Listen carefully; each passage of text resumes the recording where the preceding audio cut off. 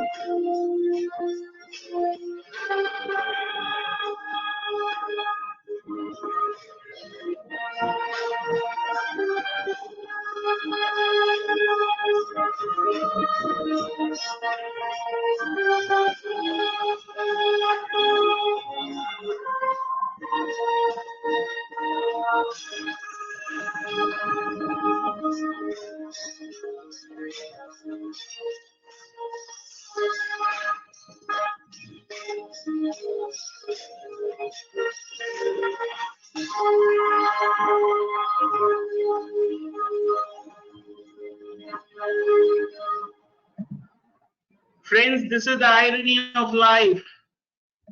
We all look for coffee. We don't look for the cup. Or do we look for the cup or not the coffee? So, important in life, we look and we go for the cups. The cups are not important. What is inside the cup is important, which is the coffee. Learn to savor life, learn to enjoy life, and that is where you will grow as a human being. We all are not champions, but we all have the power to improve every day, every minute. And let's utilize this power and let us be better human beings and better traders. On that note, let us do a quick revision. So, what did we do yesterday? We talked about the in-laws, buying tomatoes. From there, we talked about markets. Markets, place where the buyers and sellers interact with each other, and the fair value of goods and services are determined by the market forces. So these are the dual roles of the market: interaction between buyers and sellers, fair value of goods and services. 4 important points: open, high, low, close. Open is the first trade, high is the highest point from where the resistance takes place, low is the support, and the close is the last traded price. Right? So these are your 4 points. What is technical analysis? Study, as I told you, any pattern which has a certain degree of predictability and reliability and is repetitive in nature can be used by a technical analyst for future price prediction. So we assume that through the study of past prices, like volume, open interest, market breadth, we can determine the buying and selling pressure. What are the assumptions of technical analysis? Number 1, markets discount everything. This assumption tells us that any news, good or bad, which is not in the public domain, can be anticipated through the proper understanding of price actions by the technical analyst, and he can use it to his advantage. Point number 2, how is more important than why. Rakesh Jhunjhunwala's example. Why did Rakesh Jhunjhunwala buy is not of any importance to a technical analyst. What is important here is how is the price reacting after this news of Rakesh Jhunjhunwala buying has come into the market domain. Right? Point number 3. Price moves in trend. All major price move is an outcome of a trend. The concept of trend is a foundation. So we have seen this. Major trend following moves. The trend does not change overnight. The trend is your friend and they give you a good indication of what can happen.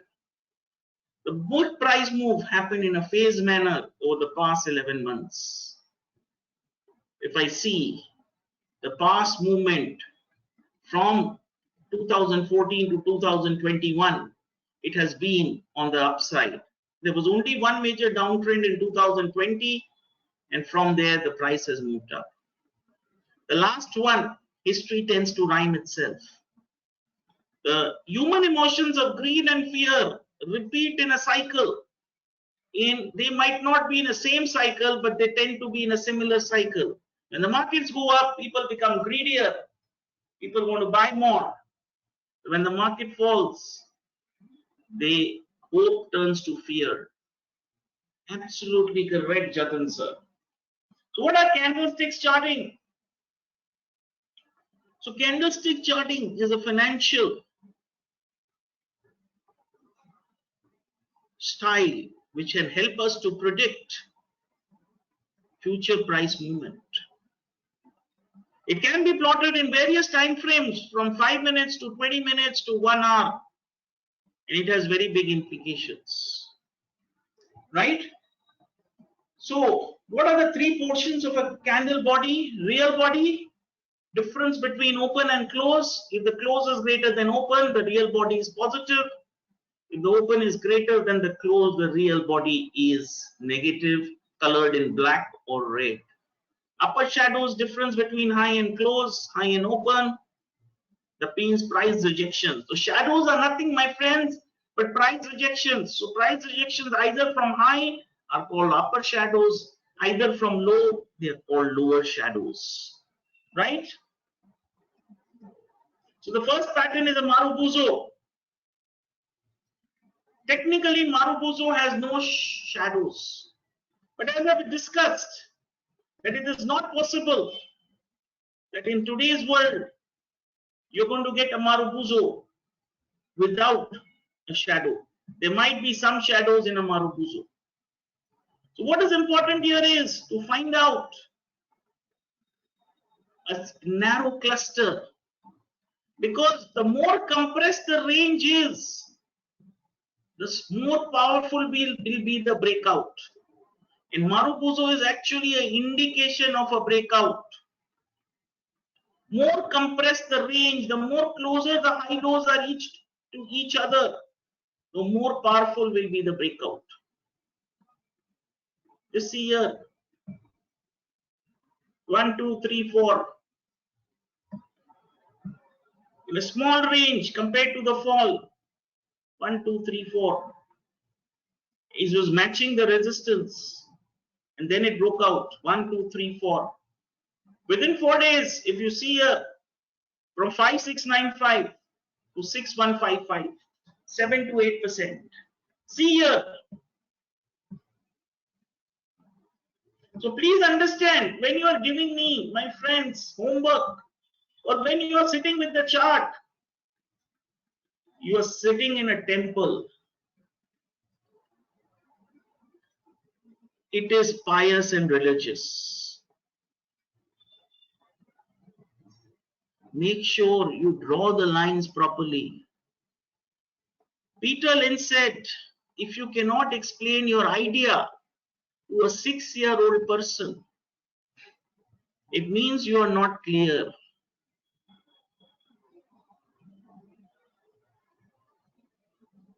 So friends, the fact that you did your homework so quickly, you took it as a normal homework.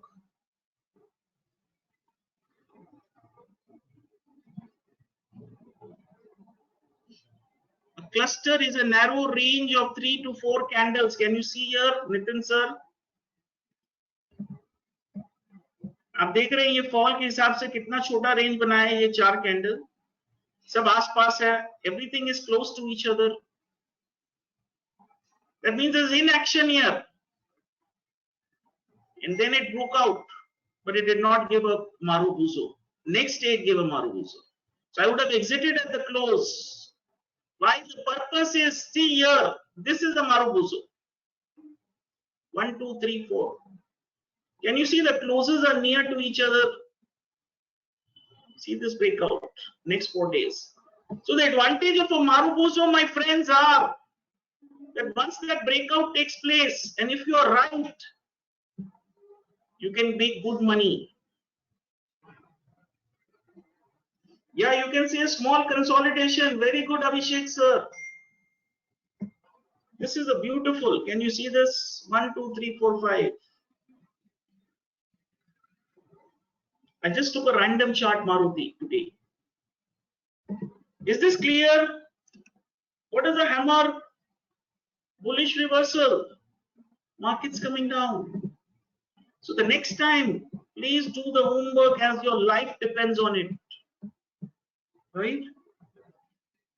It is nothing but a religion. Why? Because they say technical analysis is both an art and a science. So my friends, we have to connect the dots. What do you mean by connecting the dots and technicals? How many points are in my favor? Price action. Is it touching the low? Is it touching the high? It is given a breakout.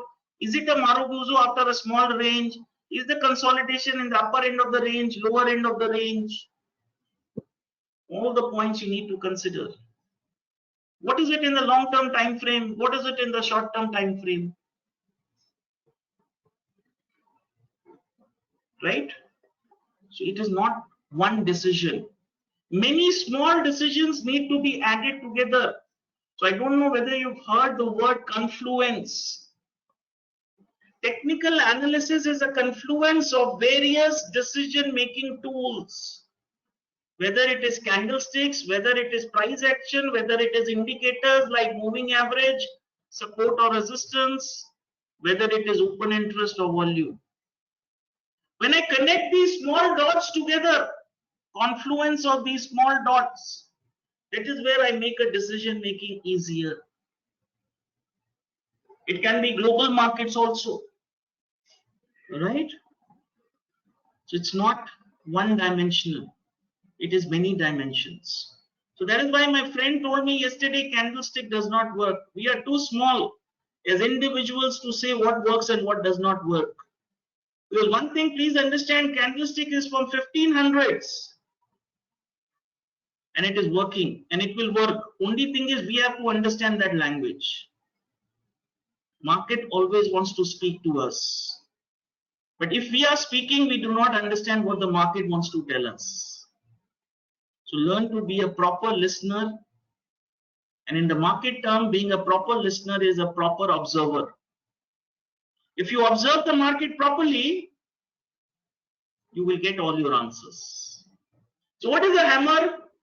Small body, long lower shadows, no upper shadow. So there are two ways you play the hammer. One is the breakout principle. Buy on the breakout. What is the other principle? Who can tell me? Breakout, retest, confirmation. Lovely. So I've given you the short form. If you're drawing in the chart a hammer breakout, you can just draw one line. When you're drawing one line, 1, 2, 3, I understand it's a confirmation, retest and confirmation. So always understand what is the importance, right? So is the hammer pattern clear? Near a bottom formation, just see the fall. 1, 2, 3.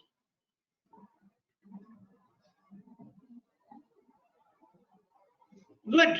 So now let us go bullish engulfing. Let us see step by step. Let us go down to the cheat sheet.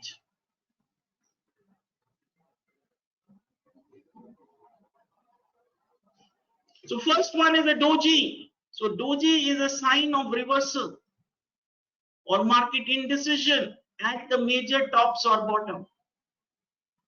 At the major tops and bottoms, if you find doji, that means equality or indecision between the bulls and the bears.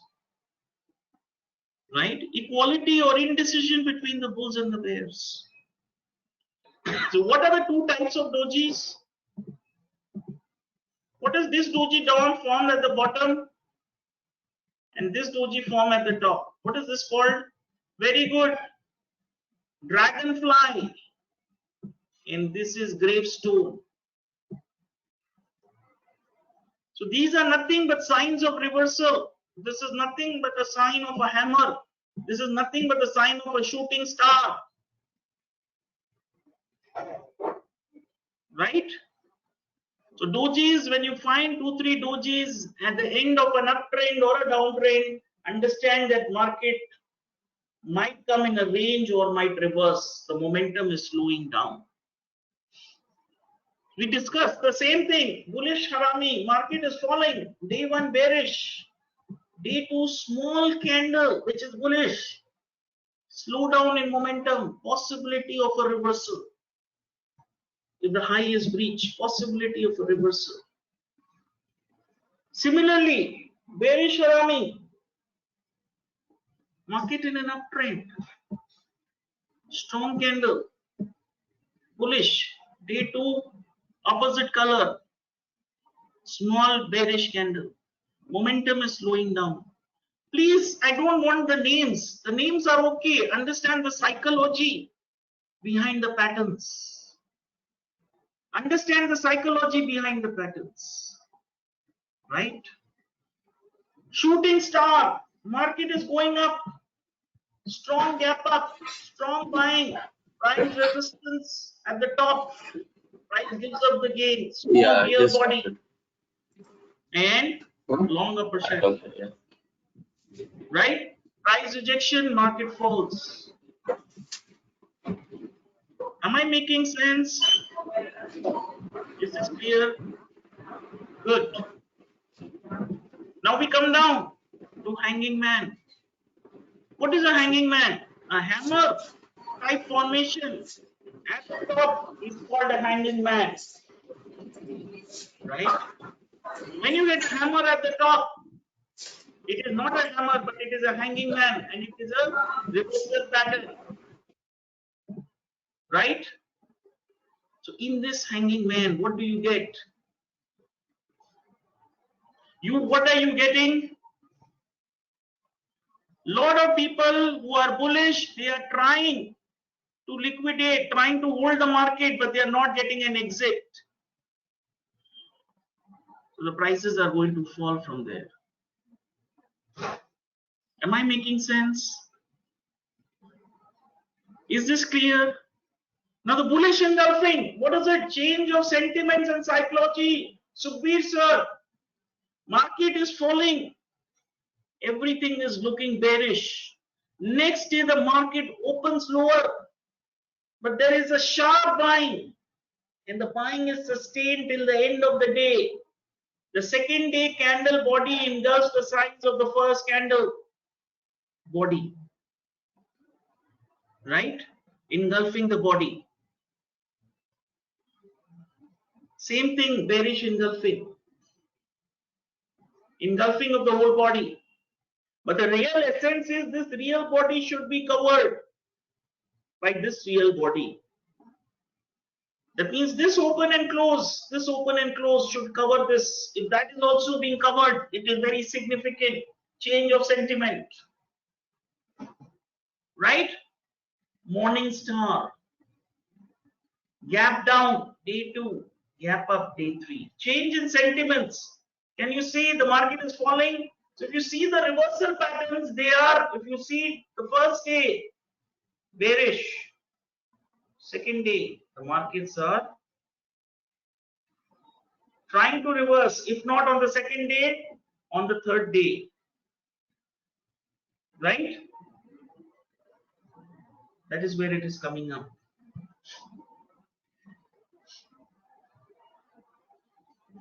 So Vikesh sir is saying that he gets into the trap of fear and greed. So Vikesh sir, when you are a newcomer, what happens is you have less experience. So this is the problem which will happen. You are not new. Everyone who comes new to the market has less confidence, less experience. So the first thing is you must gain knowledge. Second thing, with the knowledge, you must gain a little bit of experience. So trade very small quantities so that you can absorb your losses. Start small, gain experience. With the passage of time, this problem will be solved. Okay? 3 white soldiers, 3 strong real bodies, powerful real bodies. That means the current momentum is on the upside and the trend is a buy. I must look for a small correction to enter. 3 black crows, 3 consecutive sessions of selling. It tells you powerful, strong, real bodies on the downside. Piercing line, just the opposite of a dark cloud cover. 50% of day 1 gain given on the second day. 50% of gain 1 loss is covered on the second day is called piercing. Bearish is called a dark cloud cover. Right? So my friends, I agree, candlesticks enough alone cannot be enough to predict. You have to use with other technical tools. So my friends, if you get a bearish reversal pattern in an uptrend, if Maruti, take this example, if Maruti is in an uptrend, if I get a bearish reversal, it can just give a small pullback. But if Maruti is in an uptrend and if I get a bullish reversal, the markets might rally more. So it's very important to understand that the markets might rally more when there is a uptrend and a bullish reversal pattern. So you must determine your trend. If you cannot determine your trend, you are in for some trouble. Right? So now we come down. Any question regarding candlesticks? Quick and quick.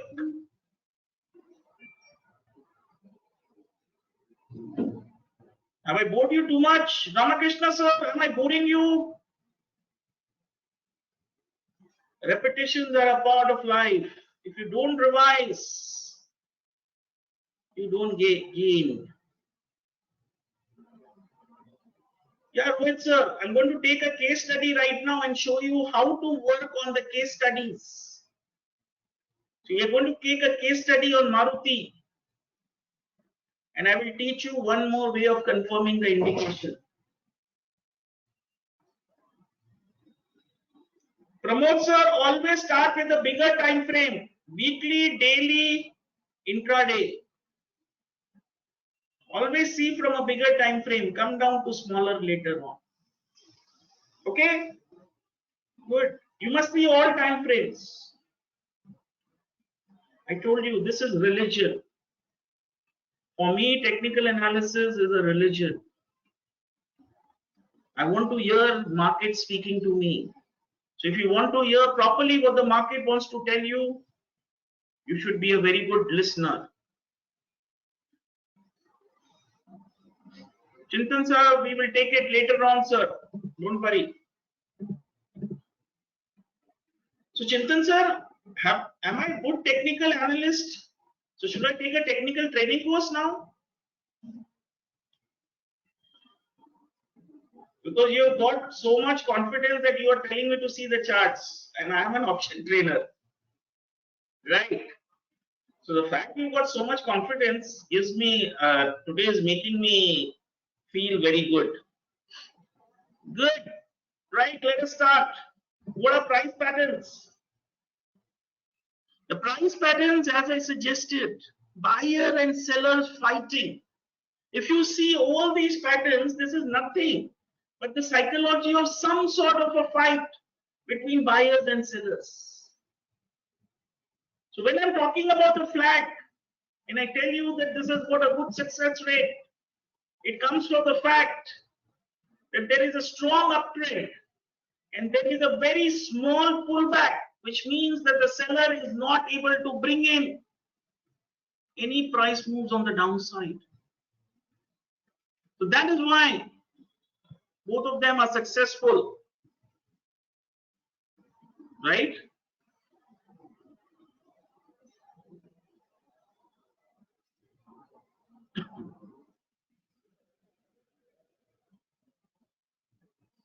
Right? I will take that. What is PA? I don't know what is PA. TA I know is technical analysis.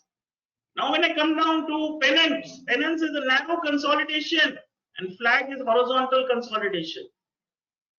So basically it's compression of a range. The difference between a pennant and the flag is pennant is between 7 to 10 candles of consolidation, and more than 10 candles of consolidation is called a flag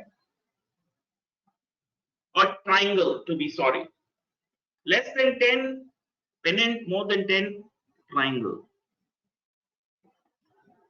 Yeah, price action is a part of technical analysis. Major part of technical analysis is price action. Study of price along with other indicators is called technical analysis. Cup and handle. So you're having a cup of tea. So everybody should remember this pattern in their lives. So I've seen a lot of times, these are the ways the cup and handle works. One big fall, cup, and another small cup. And then the breakout takes place. So basically, what type of pattern do you find in a cup and handle? What is the last phase? What is this last phase? Have you seen this ascending triangle? Have you seen this ascending triangle? Whether you are taking a head and shoulder, the last one is an ascending triangle. Just see this. Inverted head and shoulder, the last one. Right? So whenever you are doing this, inverted cup and handle, just see here, the last phase, descending triangle. Head and shoulder, the last phase, descending triangle. Double bottom, W. Double top, M. Right? So my friends, I always keep helping my students. So I'm going to share with you in the last part of the class which is called a CP trend momentum setup, right? But not today. So we discuss all these trend setups. So today we are going to do a case study right now on Maruti. Very interesting. So when I see this, so first thing when I see the chart, I go to the weekly chart. So now what do I see in the weekly chart?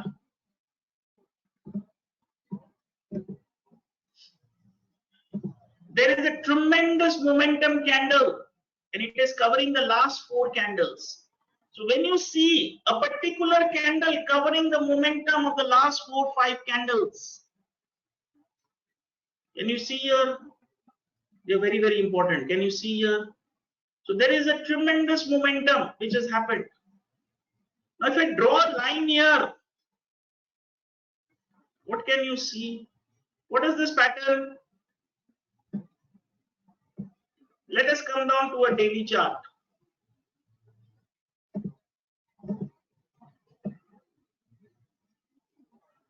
What is this pattern? What have I taught you? Very good. Inverted handed. This is your neckline. So Maruti's minimum target long term, if I see here, is 8400. Can you see this distance? 6500 to 73. 73 plus 700. 8100. So now what will be my stop loss? Sukhbir sir, I should have entered Maruti here, Marubuzo. Breakout of inverted head and shoulder. What is my stop loss? No, just below this neckline. Can you see this? This candle, 7200. So now if there is a pullback around this level, this is my stop loss. This is my target.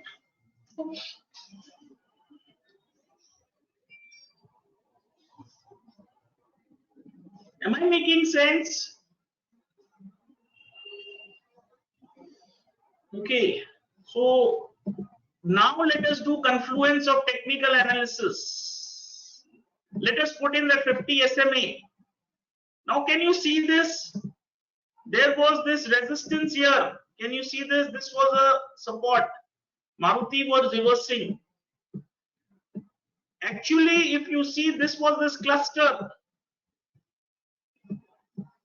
This was the place where the first buying of Maruti took place. Resistance 50 SMA, market respected the resistance, went up. Came back to the same support. I will not call it a flat pattern, Ramakrishna sir. Flat pattern means sharp buying. This was not a sharp buying. This is normal rectangular correction. Normal correction. It came down equally fast, but if you see, the retest was excellent. So someone's strong hands has got in here.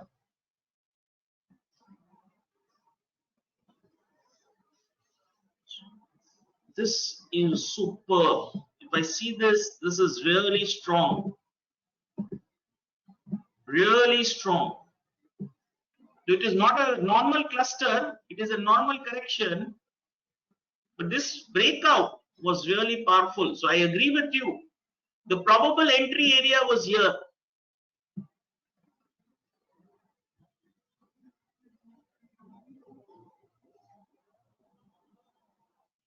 But still Maruti is now gone into strong hands. Still it does not break this level.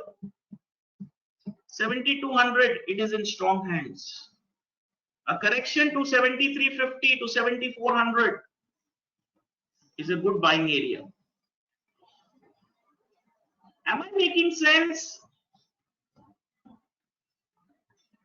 Sir, you have missed it. The trade entry was here, 7450. So if you get 7450, try to enter.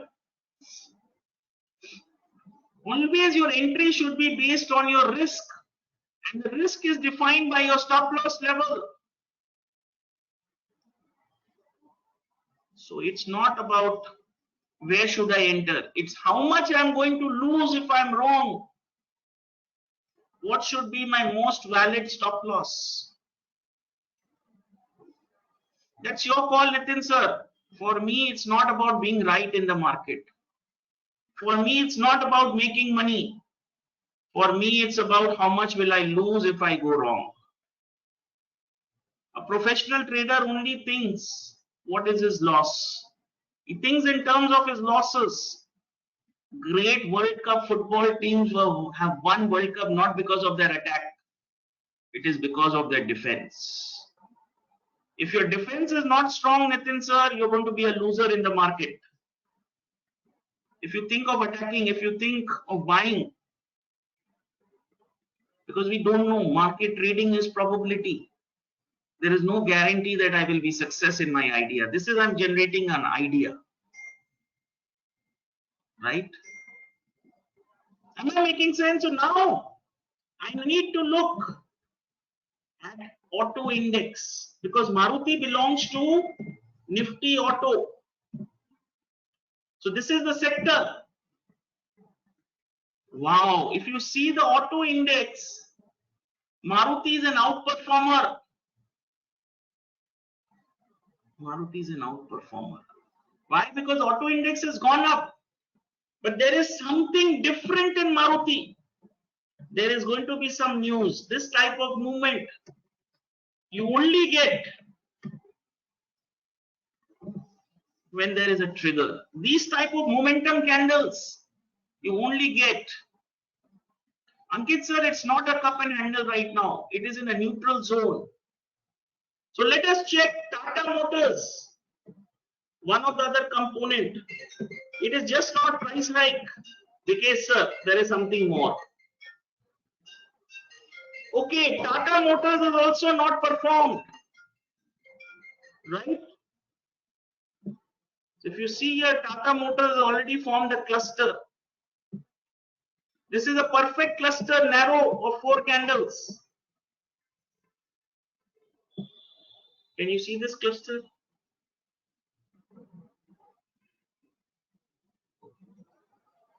Lovely. So Maruti is an outperformer. It is outperforming everything. Outperforming everything. Inverted head and shoulder, consolidation after a long breakout. So if you see Tata Motors, is it something sort of a scam? Just draw this.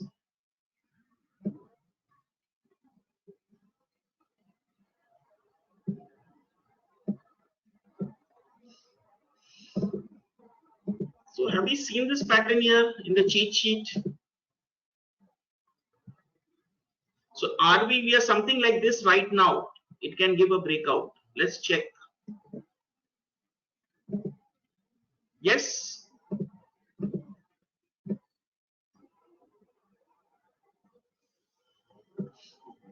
Very interesting. Tata Motors above 360. So let the market speak to you. Right? Whether you take it daily or you take it weekly, the chart will be the same. It is consolidation. So let it sustain above 340, 350, and you can see a big move on the upside. So after a big rise, Tata Motors is forming a pattern, which is a weekly cup and handle, if it gives a breakout. 6 months of consolidation.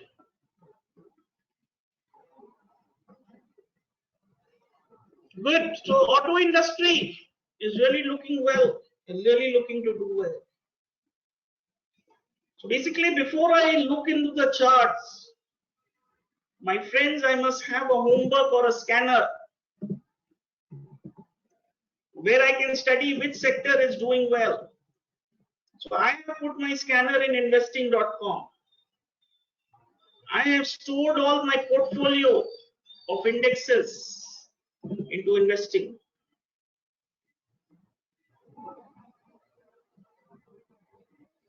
These are all my sectors. All my sectors. All free of cost. Rohit sir, whatever I show you is all free of cost. If it is chargeable, I will tell you. Now when I go here into the performance, it tells me I want to check what are the weak gainers. Can you see State Bank is the biggest gainer in this week? Nifty Metal, Axis Bank, ICICI, Nifty IT, Nifty Auto.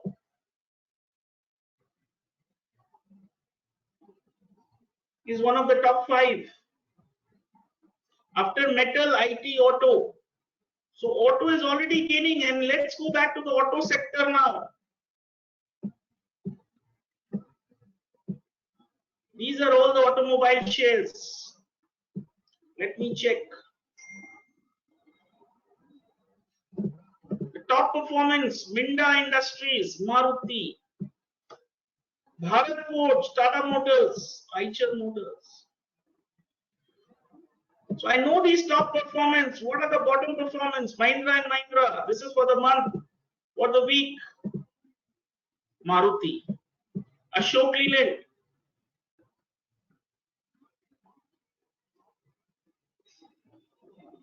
So I know this momentum and sharp money has got into it.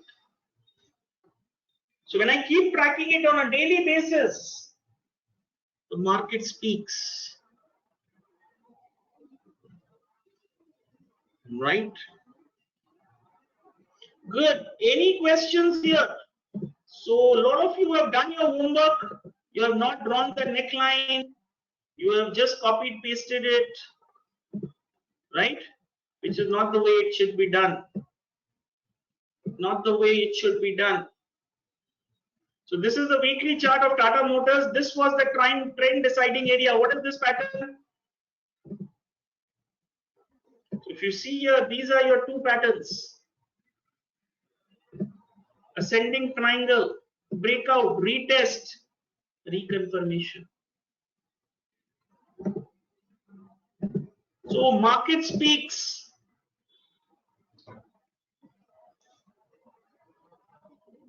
Because sir, in the market, for every buyer, there is a corresponding seller.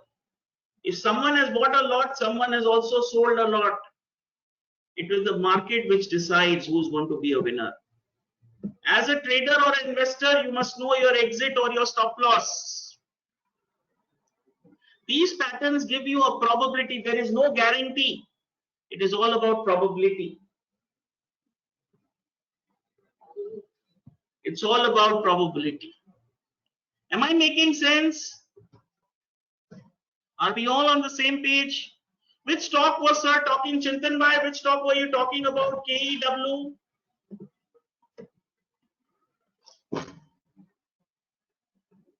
Which stock was Chintan bhai? KEW or China? KWEV. There is no stock here.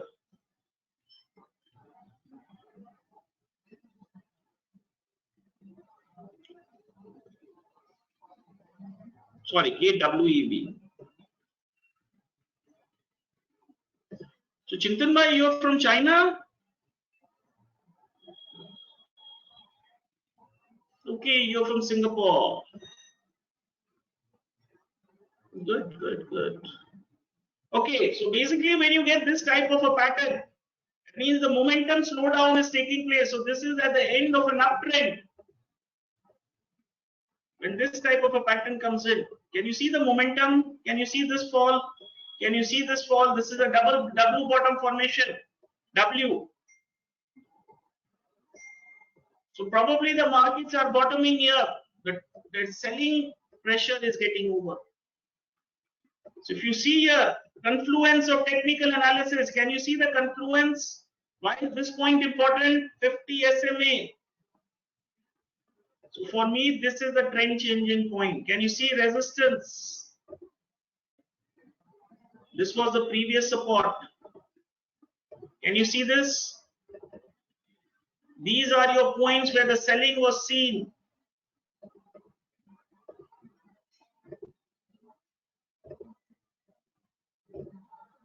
What are you seeing? After this fall now, the markets are making lower lows, but the momentum is not there.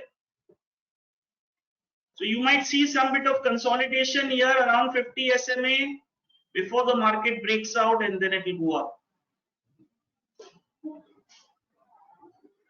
Till momentum does not come on the downside. Am I clear? Making sense? So these are classical bottom formation places, loss of momentum. That is why this U shape comes in. So this is a classical double bottom sort of a range. So I see a rectangular range happening. Good. Lovely. So how is it, my friends? Have I passed your technical test? Though you guys are better champions and traders,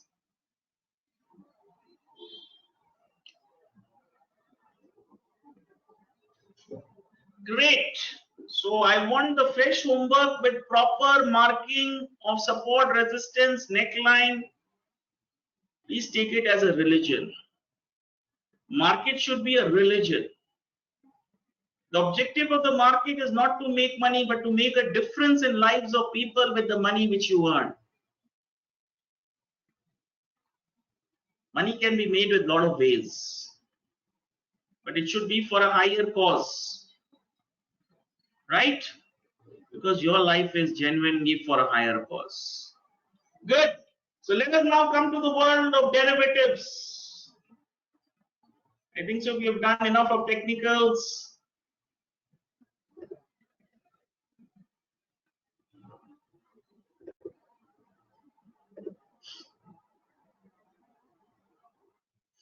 Manoj Bhai, how are you, sir?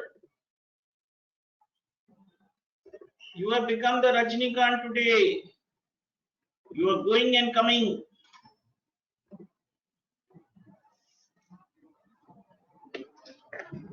He is left already. Good.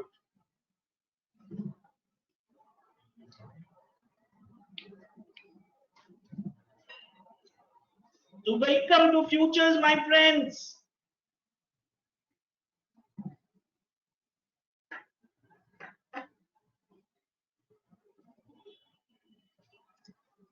Always be a passive learner to be a strong listener.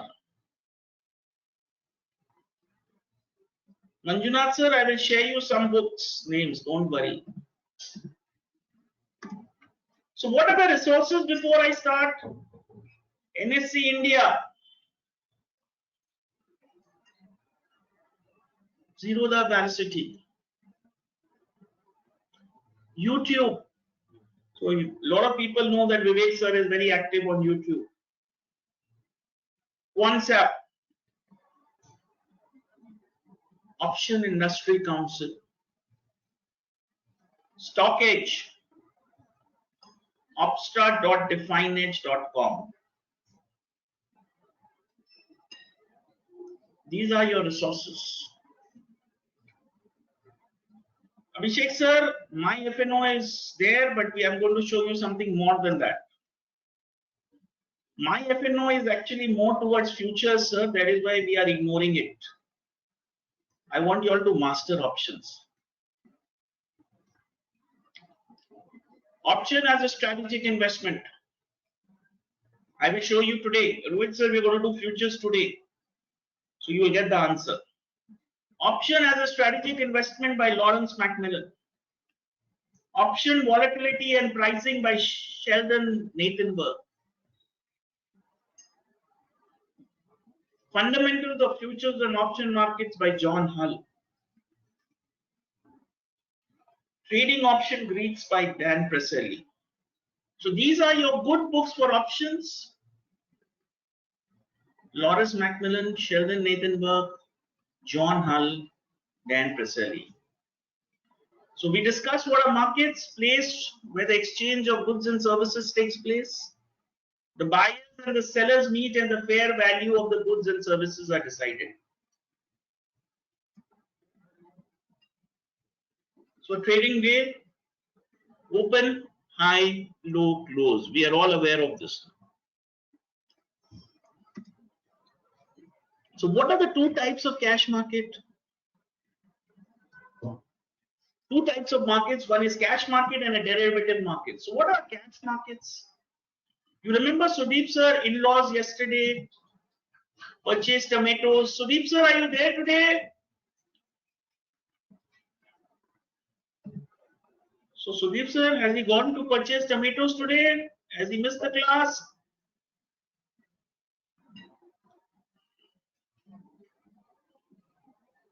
Good.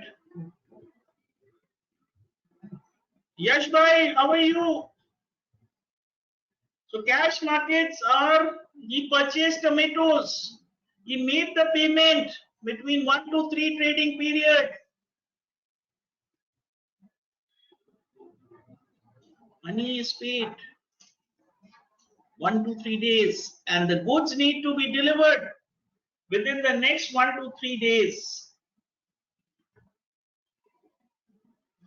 So when you purchase the good or purchase your services, payments need to be done within 1 to 3 days and the goods need to be delivered within the next 1 to 3 days. That is called cash market. Are we all clear? How many of you have traded in NSE cash market?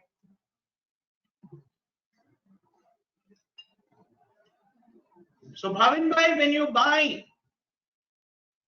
you need to pay T+1, that the day you have bought, next day you need to pay. And within the next 2 days, you will receive the delivery in your Demat account. Right? So that is called cash market. Welcome, Shiv sir. Do not worry. We all start for the first time in life.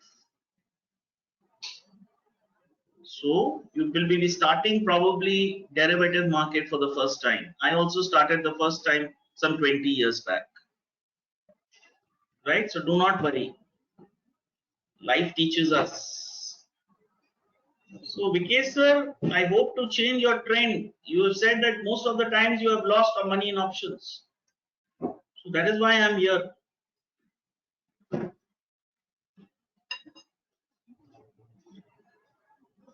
That's why I am here, to guide you in this world of option market.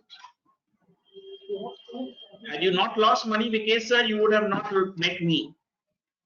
So I consider my good luck to meet you. Right?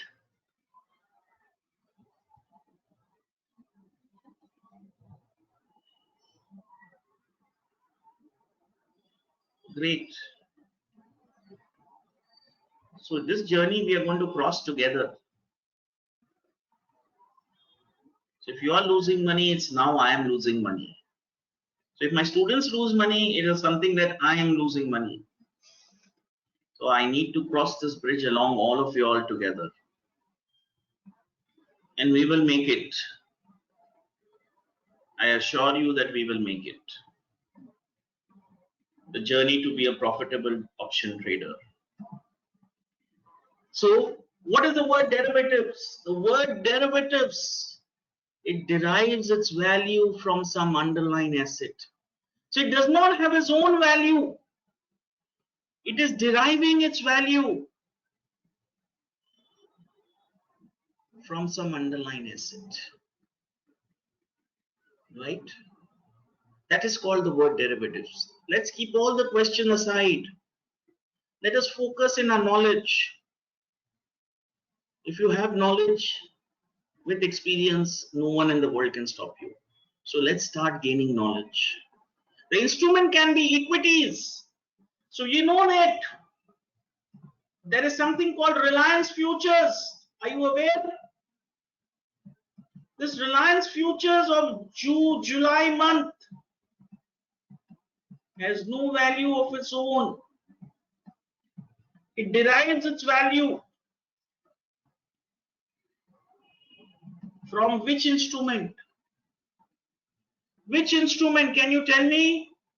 Reliance Futures, Reliance Spot, or Reliance Cash Market? Right?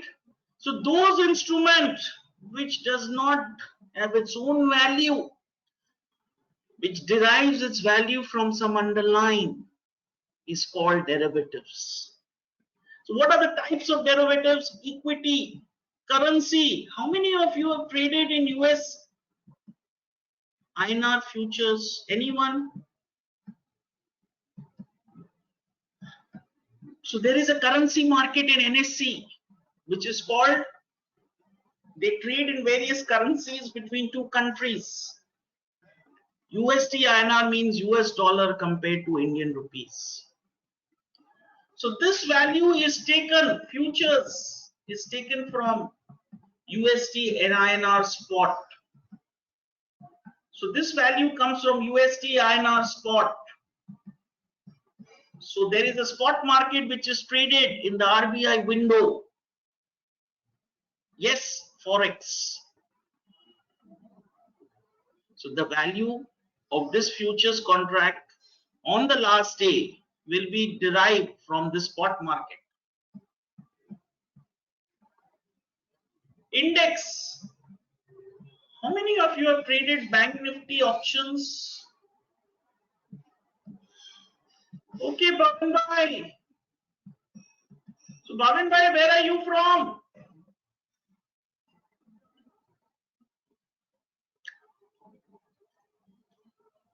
Bhavin Bhai, what did you have your breakfast today? What did you have in Pondicherry? What do you have in your breakfast? Wow, Italy, lovely. Good, Rohit Bhai, you're also from Pondicherry? Lovely, beautiful place. So Bank Nifty is an index. So if you are trading in Bank Nifty options, on the last day, the value of this Bank Nifty option will be derived from Bank Nifty spot. Bank Nifty spot. Am I making sense? Commodities. How many of you traded in gold?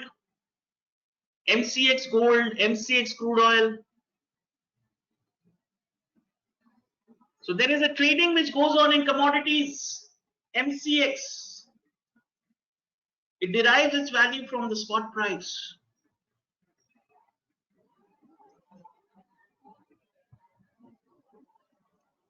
The last one is interest rates.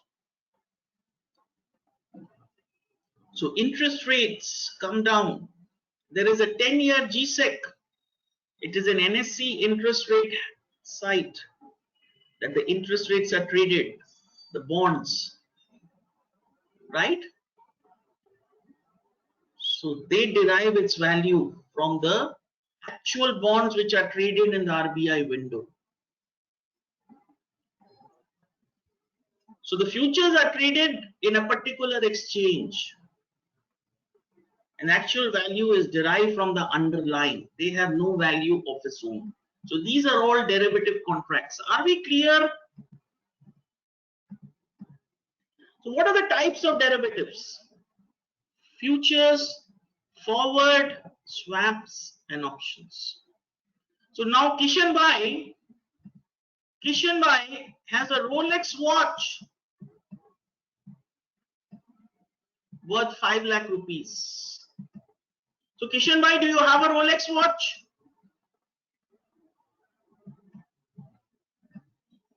Kishan Bhai, are you there? So be it. You will have it in the future. So when we have written here, you will have it. My friend Shushantoda, are you there? Yes, Shushantoda, where are you? Come.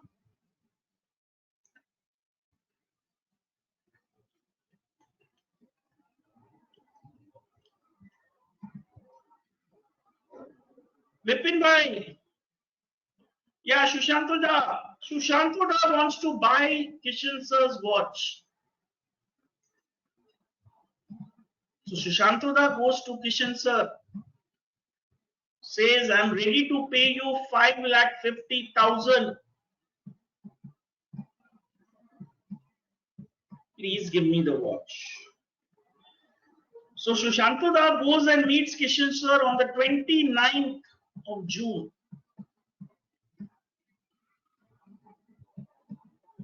He goes and meets Kishan sir on the 29th and he says, I will pay you 5.5 lakhs on 15th of July. Not today, but at a future date. And you are going to give me the Rolex watch on the 15th. So the transaction date is a future date, 15th of July, which will be transacted, will be executed. So contract between two people, Kishan Da and Shushanto Da, forward contract at a future date, tailor made. What is a tailor made? Rolex watch, 5.5 lakh rupees, 15 July. So on 15 July, Kishan sir goes with his watch, Shushanto sir goes with his money, the transaction is completed. Between two people, right? The transaction is executed on a future date, but the contract is done on 29th of June. Now, my friends, in case if Kishan sir or Shushanto Da fails to deliver exactly, Ramakrishna sir, if he fails to deliver, the penalty clause will also be taken on the 29th of June. In case if any one party fails, there could be a 20,000 rupees penalty clause. Right? Am I making sense? So the penalty clause is put on the date of the contract, 29 June. You can take any day. So the contract is finalized on 26, which is today. You can do that, to be executed on 15th of July. Is this clear? Forward contract. Ravindra sir, where is this contract seen? You see it in day-to-day life. Where?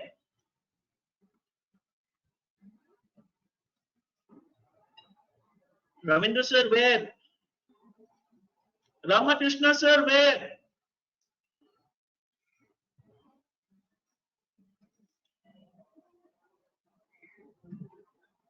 Venkat sir, where? Vikesh sir, where? How many of you gone abroad?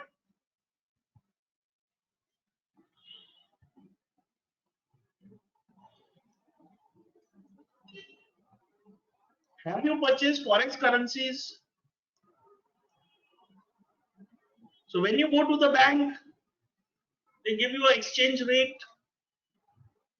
You say, I want the forex 10 days later on. They give you a rate. And then they give you a check, traveler's check, forward between you and bank. Yes? Is this making sense? So the bank forex transactions are the biggest source of forward transactions. So as per my understanding, before pandemic, one day, $8 to $9 trillion worth of forex transactions, 8 to 9 trillion worth of forex transactions were done in the forward market, directly between banks to banks and banks to customers.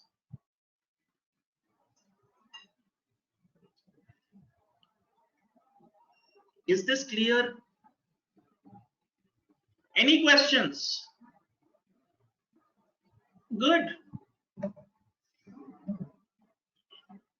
Now, what are swaps? So, my friend Champakda, are you married?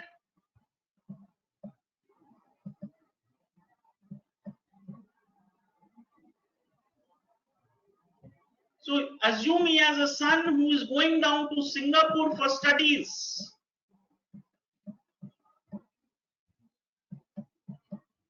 Right?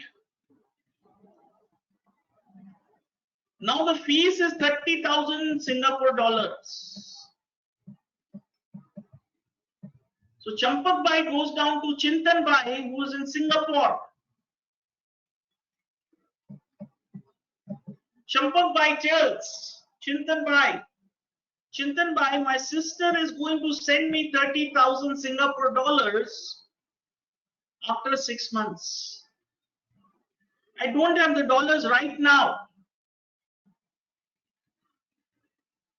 So kindly lend me these 30,000 Singapore dollars and I'm paying you the same amount in Indian rupees right now. So what has Champak Bhai done? In Chintan Bhai's bank account, he deposits currencies worth 30,000 Singapore dollars. And Chintan Bhai gives Champak Da $30,000. So this is in Indian currency, equivalent amount, and Champak Bhai gives him Indian amount and Chintan Bhai gives him the Singapore dollars. So they've exchanged the currencies, equivalent amount of 30,000 Singapore dollars and Indian currency. Now, after 3 months, Champak Da returns 30,000 US dollars and Chintan Bhai returns the Indian currency. So swap is an exchange between two parties to be returned at the later date. That exchange of transaction is to be returned at the later date. Mostly swap happens in currencies and interest rate. So if Champak Da has given 15 lakhs, he has received 30,000 Singapore. At the end of 6 months, he will give 30,000 and Chintan Bhai will give 15 lakhs. Same transaction. Now what is the advantage? Champak Da will give him certain amount as remuneration for the favor. The remuneration would be a certain amount, might be 1% or 2% for this small favor. Am I making sense? This is called a swap. So swap can be from banks to banks, banks to customers. Rohit sir, the defaults are not there because you are already, Chintan Bhai is having this 15 lakhs and he's making a payment. So there cannot be any defaults. So central banks of India and America, when there is a time of crisis, Indian government can ask, Indian bank can ask from the central bank of US, Federal Reserve, please give me a dollar swap. So Federal Reserve gives a dollar swap to India and India gives a rupee amount to Federal Reserve. After the crisis is over, after 6 months, this transaction is reversed. So there's a lot of central banks of the world who do these swaps in the time of crisis. Is this clear? So these you must just discuss, nothing very important. Now we come down the most important parts, futures and options. What are futures? Futures are financial contracts obligating the buyer to purchase an asset, seller to sell an asset. It can be a physical commodity, it can be a financial instrument, at a predetermined future date and price. Future contracts details the quality and quantity of the underlying asset. They are standardized. So always remember, future contracts can only be traded on an exchange. They cannot be traded like two people forward contract. The contracts are standardized. The quality and the quantity of the contracts are standardized in nature. That means if I'm purchasing Reliance, Reliance will have a lot size of 250. They are decided beforehand. Chintan Da cannot say I want to buy 260. Right? He cannot say. They are standardized in nature.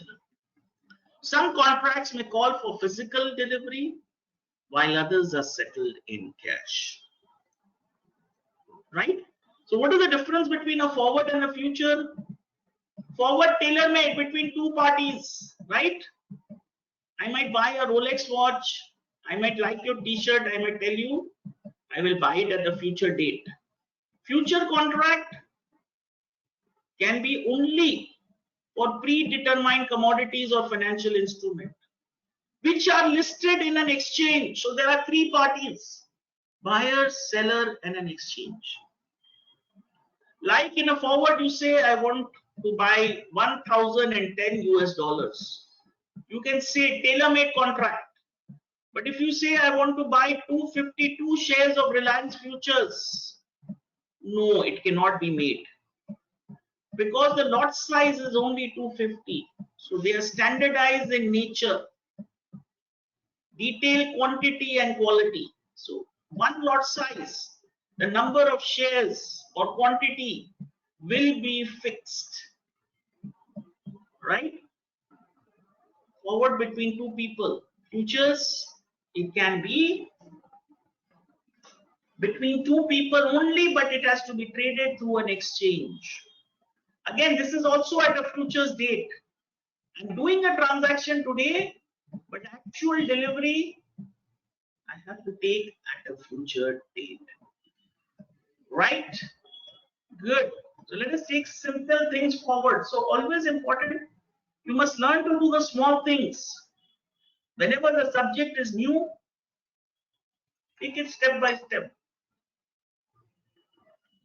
What do you mean by standardized contract? So most of you guys are already traders. So you know that Bank Nifty future one lot is 25 shares. Are you aware? Yes. Right now, Sukhbir sir, what is one lot of Nifty? 75 from 1st of July. All the other contracts, the lot size will become 50.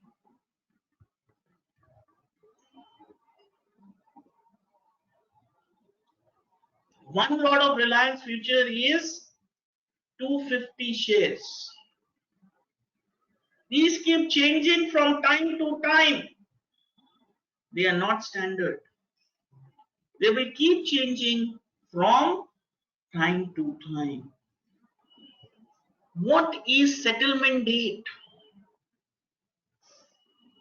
Yeah, very good.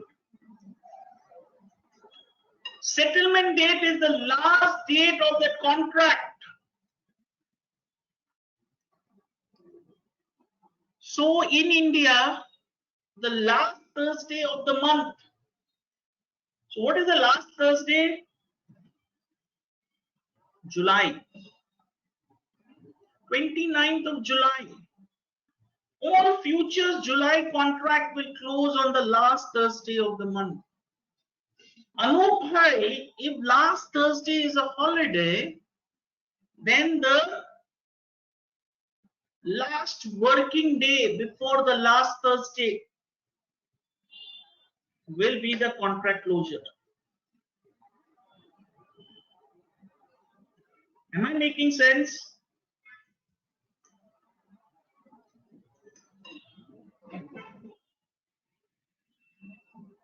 Good. So for the month of June, what is the last? 24th, last Thursday. So all the June monthly contracts of futures got expired. The last working day was 24th. Am I making sense? Are we clear? So the last examples are 27th of May, last Thursday, 29th of April, right? Now these are all for futures. Are you aware that in options, Nifty, Bank Nifty and Fin Nifty, you have weekly contracts also. Weekly contracts also, right? So this weekly contracts expires only in options, Nifty, Bank Nifty and Fin Nifty.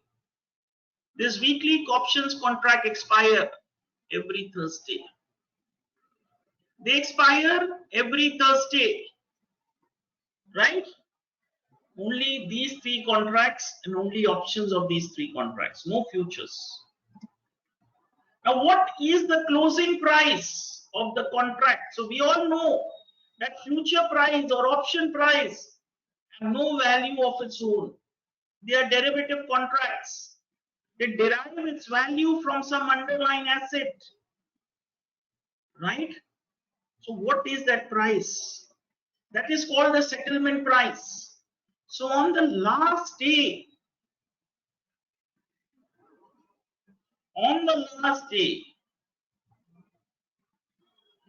cash instrument. So let us take a small example. Say, let us understand the June example.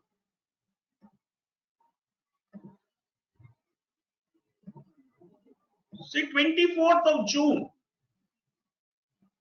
Reliance, from 3 o'clock. This is the cash market. From 3 o'clock onwards till the last 30 minutes, I take the volume weighted average price of the last 30 minutes of the cash instrument traded on the last date, that is 24th of June. For Reliance futures, I have to take the Reliance cash. So how do I get the volume weighted average price? So I'm showing you the formula. I will note down all the prices and the volume which was transacted in the last 30 minutes from 3 o'clock to 3:30. All the transactions in the cash market from 3 o'clock to 3:30, price and volume. Now what will I do? I will do multiplication of price into volume. That is called P into V. Of all the transactions from 3 to 3:30. Once I have done that, I will do a summation of price into volume. I will do a summation. What is a summation? I will add all the transactions of PV. Similarly, I will add the summation column of all the volumes.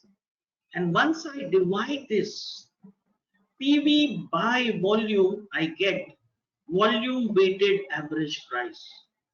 So this Reliance, in this example, the VAP is at 2224. That means these were the prices. The average volume at these prices are this. If I multiply this, I will get 2224. 2224 volume weighted average price. So this will be the closing price of Reliance futures on 24th of June. So Reliance futures will close at 2224 on 24th of June. So on the last day of the contract, Reliance future has no value of its own. It derives its value from Reliance cash. last 30 minutes, volume weighted average price. So now, my friends, have you gone to NSE India? How many of you gone there?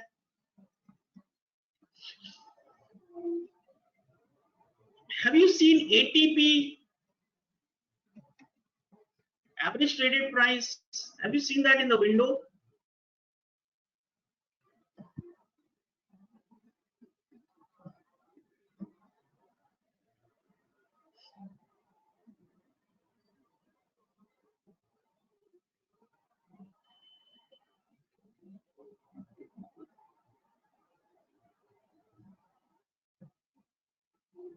Open, can you see this VWAP?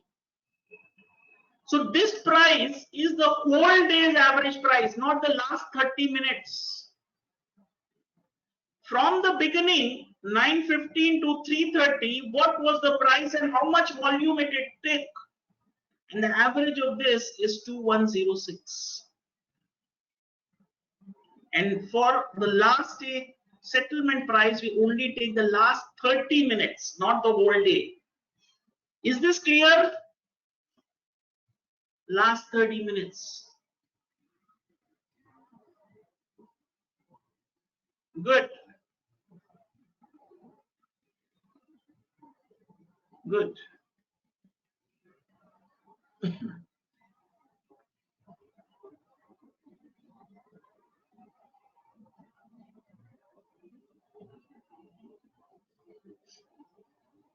Am I making sense?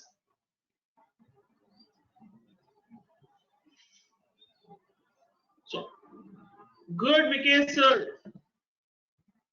So, is the settlement price clear? Now, friends, 10:53. Shiv sir, you will not be able to calculate yourself in the live market. You have to have an Excel tool which can take out the data from any software. This is a process, but to calculate this, you need a mechanism where you can take out the data.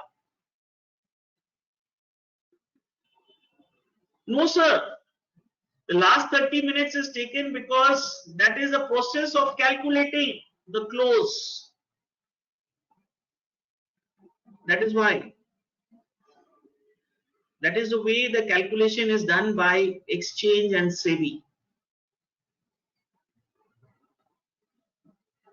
You don't need to build up, sir. You will get the price, settlement price, once the market closes. The settlement price is given by the exchange. So you don't need to build up. This is the process how they get the settlement price. Right? 10:53 by my watch. I want you guys, I think so you guys are tired. Yeah, Manjunath sir, the same rules. Same rules for MAP.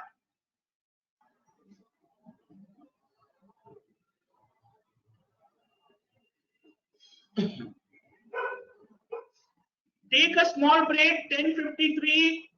Have a cup of tea. Freshen up your face. Come back. We're going to do something very interesting. Nabam sir, you are absolutely like me. Early for the next session. We will resume at 11:04. 11:04. Please be back by 11:04.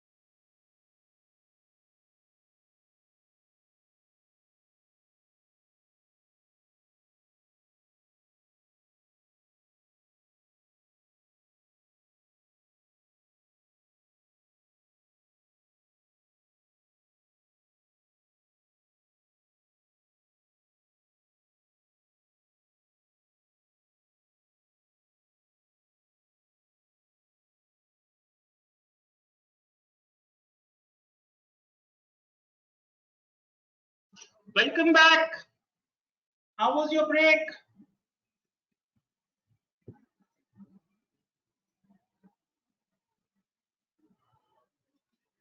Lovely. How is your Josh?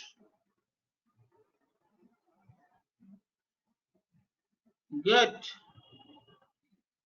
Always remember, revision is a must. Whatever I teach you today, you got to revise.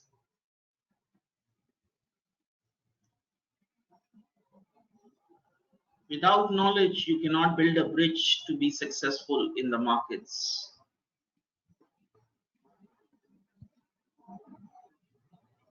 Without knowledge, the bridge is never built. Good. So Ankit sir, how have you traded in the cash market?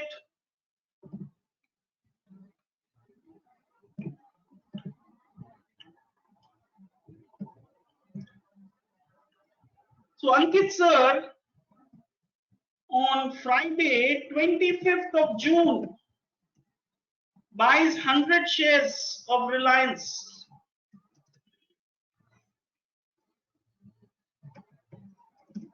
Sells 90 shares. Can you do this? So can Ankit sir buy 90 and sell nice, buy 100 and sell? So what has happened? Ankit sir bought 10 in the morning, sold 5. Again bought 20, sold 20. Again bought 15, sold 10. So in this way, at the end of the day, he has bought 90, sold 100. What will happen? This net quantity of 10 shares. So if he has bought at 2000 and sold at 2002, this net quantity of 10 shares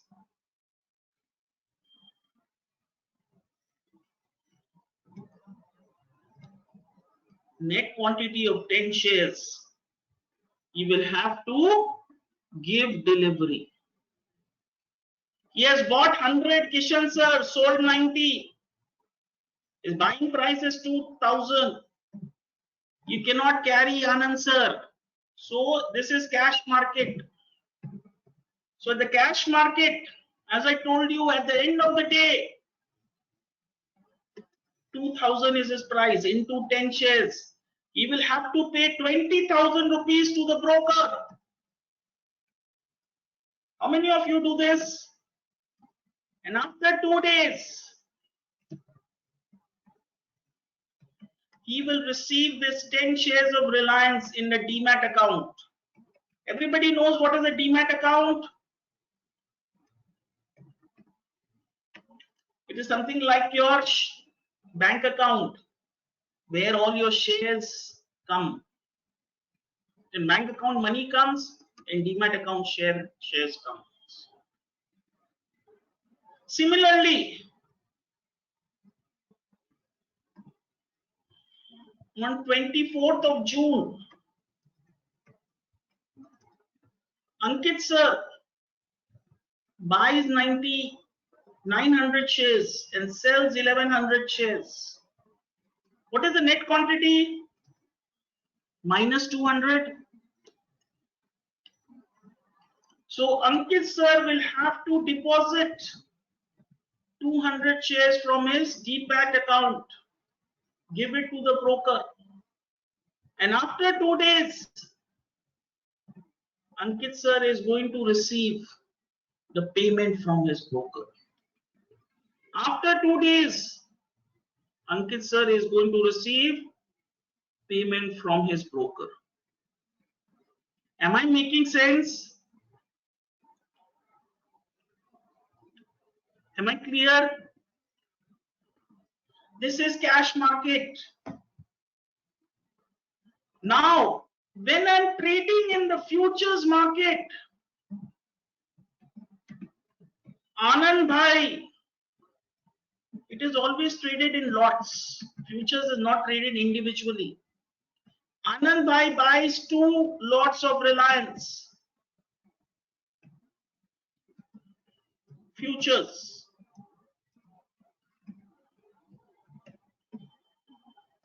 and he sells 3 lots. What does he do? He sells 3 lots. Now what is the difference? -1. So in futures, my friends, this account is not settled. You cannot give delivery or make the payment. This is called open position of Anand sir. What is it called? Open position. This will be carried forward to the next day. When Anand sir on Friday 25th of June, he buys 2 lots intraday, sells 3 lots intraday, his net position is 1 lot, -1. This open position will be carried forward on Monday, that is 28th of June.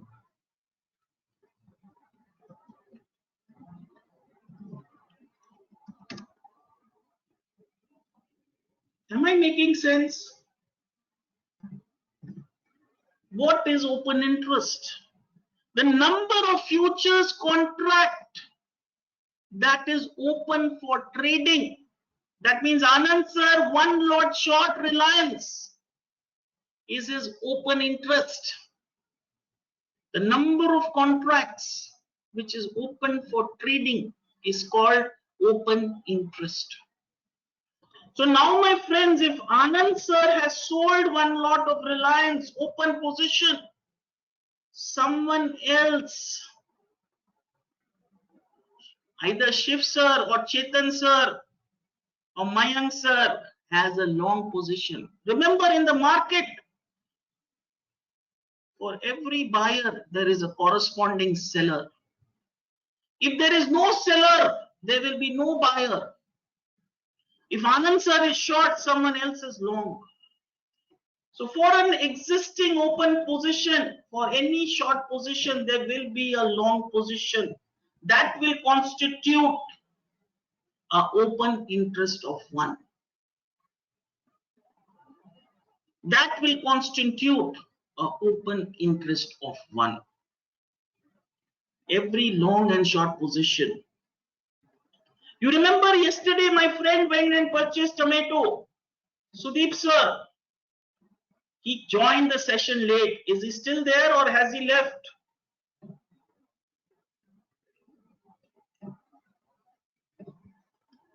Can you see what was the total buyer volume? 30. What was the seller's volume? 30. But actual volume, what was it? Not 60. Only 30.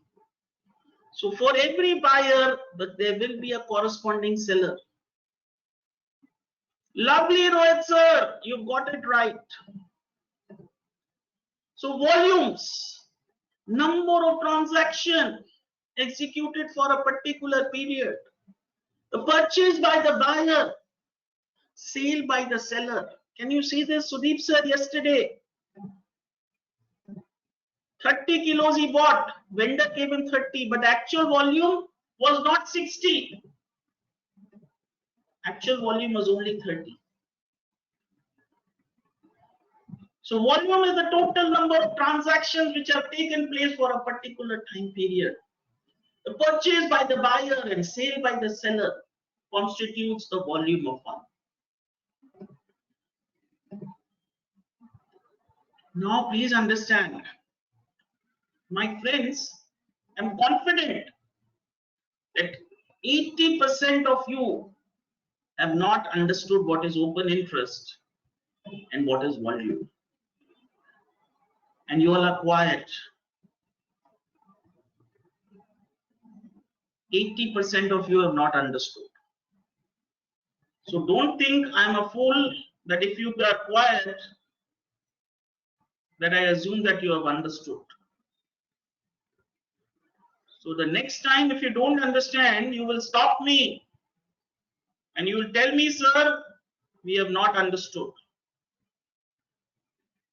So let us take a physical example and a live one to understand this difference between open interest and volume. So there are 5 traders by the name of Arjun, Varun, Neha, Vikram, right? Arjun buys 20 lots of Reliance. He sells 14 lots. What is intraday volume here? Bought 14, sold 14. Yes. So what is this open interest? I told you, sir, intraday is only the volume. Yes, Rohit sir, volume is traded in open interest. Open interest and volume both are in number of contracts. 6 contracts. So can you see Arjun at the end of the day, he is 6 contracts long. He bought 20, sold 14. Right? Varun bought 8, sold 4. So what is Varun's open interest? 4 contracts long.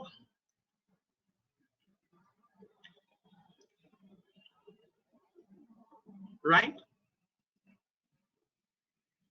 So total, what is volume 14? Which volume are you talking about 14? There is nothing called 14 here. This is intraday volume. Bought 14, sold 14. That is intraday volume. जो दिन में खरीदा दिन में बेच दिया उसको intraday volume बोलते हैं. We'll come to it slowly, step by step. So open interest 4 contracts long, carried forward. Next day, we have Neha, 2 contracts long, 12 contracts short. What is the net position?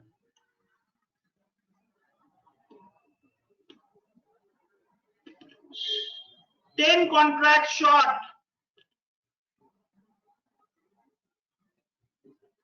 Now, what is the total volume on the buy side?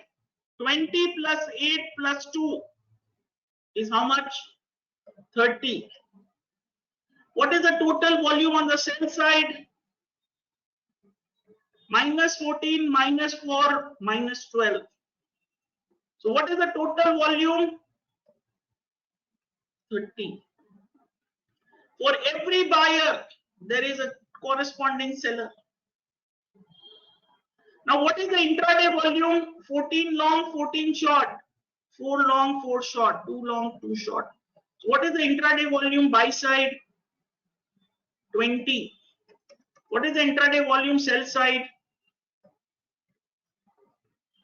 20. What is the intraday volume? 20. So the total volume is 30. Intraday volume is 20.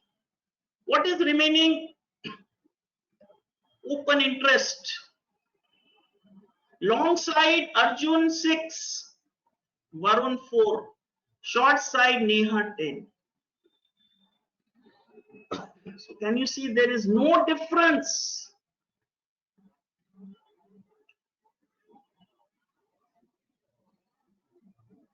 Long position 10, short 10. That is your total open interest 10. Volume has no relation with open interest. Can you see this now? Volume has no relation with open interest. We will not confuse. Volume is number of transactions. Open interest is your open positions. Raghunath sir, am I making sense? Very good, Sukhbir sir. You are a true champion.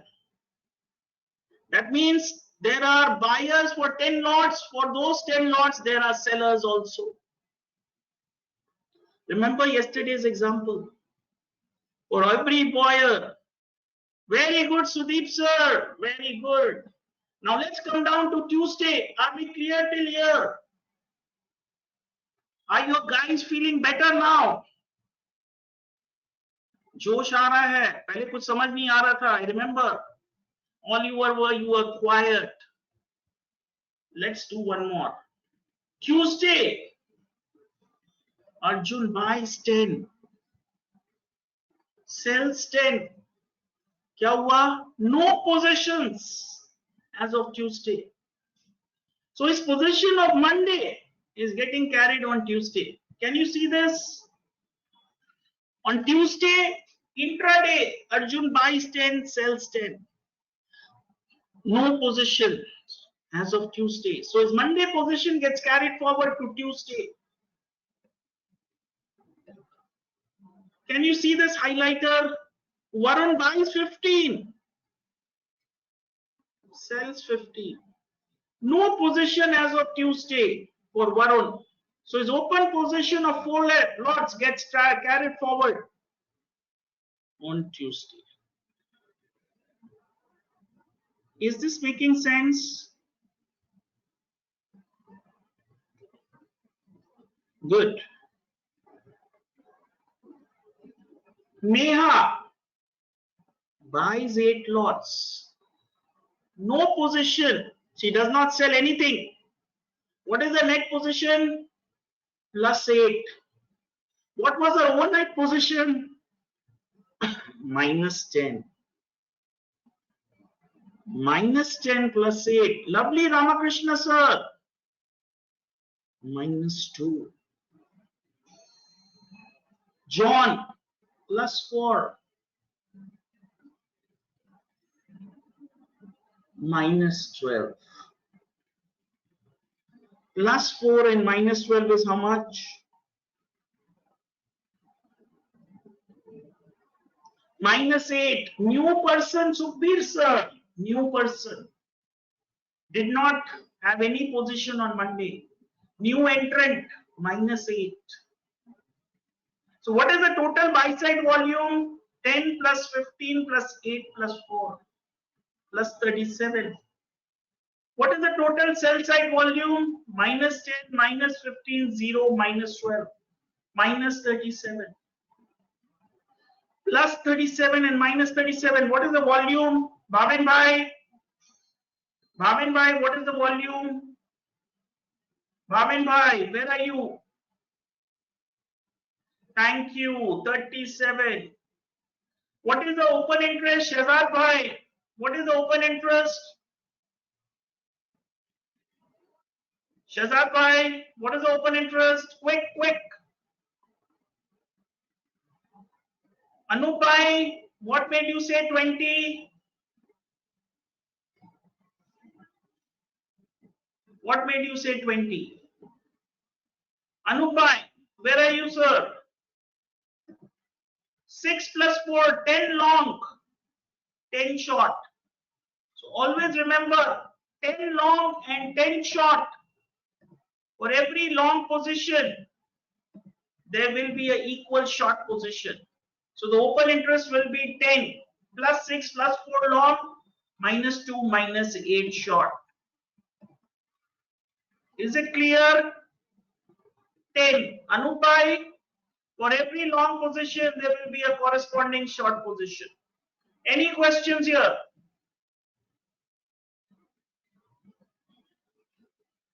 Can you see the difference here? Monday, there were 3 players. On Tuesday, there is 4 players. Open interest remains the same. Neha has cut her short position from minus 10 to minus 2. John, new player, minus 8. Number of people have gone up. Here it is. Plus 4 minus 12. Venkat sir. This is the total volume. John has bought 8 for, sold 8. Full 12. So we have added into the total volume.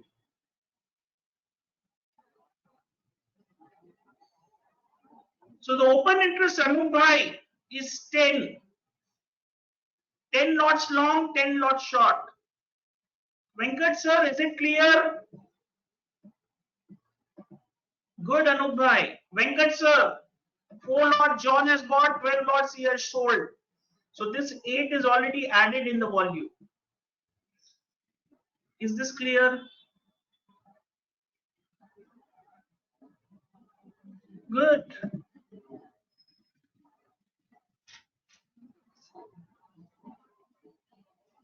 Bhavin bhai, lovely, lovely, Bhavin bhai. Good, good, good. You are getting closer. इसमें कुछ clear है नहीं Vikesh sir. John 4 lot खरीदा, 12 lot बेचा. क्या position रहा उसका विकेश भाई? -8.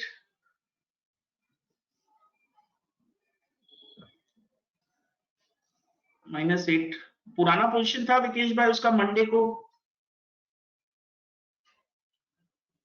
उसका कोई पुराना पोजीशन था मंडे को, तो -8 ठीक ही तो है. +4 -12 is how much? पुराना पोजीशन कुछ था नहीं. ये लोग सबका पुराना पोजीशन था. This is the net position. Good. Now we come down to Wednesday.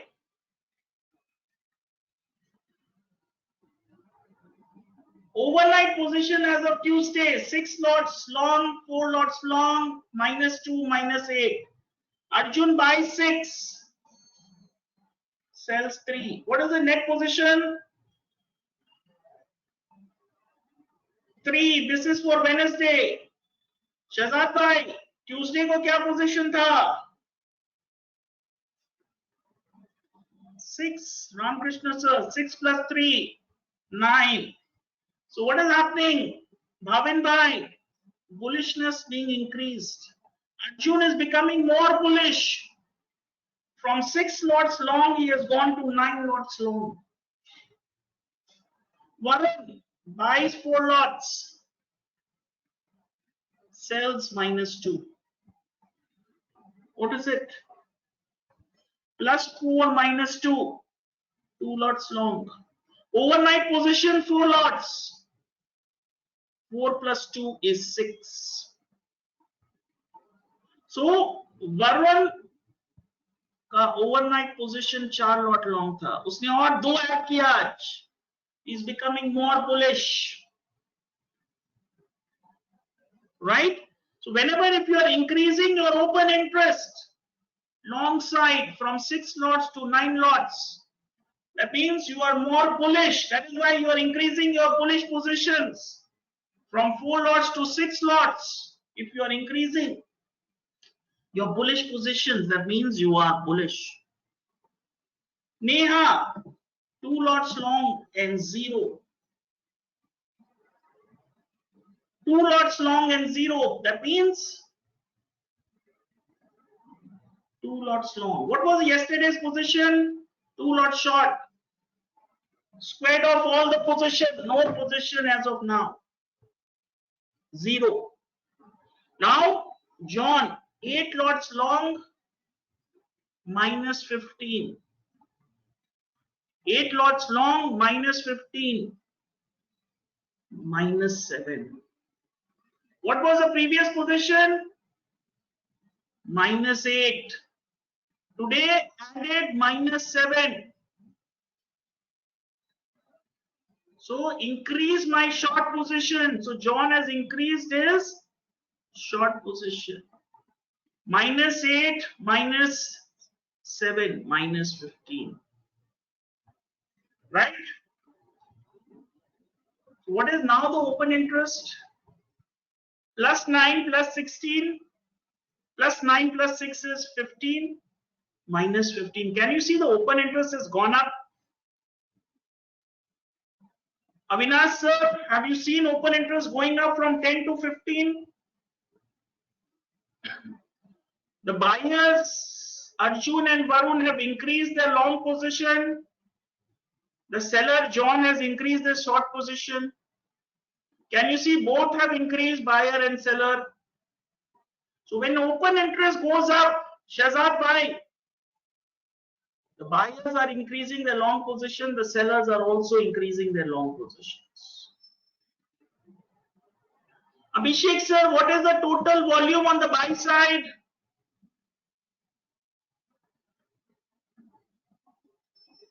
What is the total volume on the sell side? What is the total volume? 20. So that's why I told you, volume has no significance with open interest. Is this making sense? Manjunath sir, we are not talking about the implications of open interest and volume. We will learn that later on. We are learning about the basics first. Building blocks. How this open interest changes. Shahzad bhai, is this clear? Now we come down to Thursday.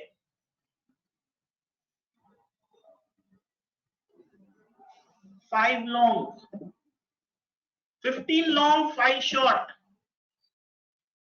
15 long, 5 short. Open interest is 10. Open interest is 10. 25 lots long, 20 lots short. Open interest is 5.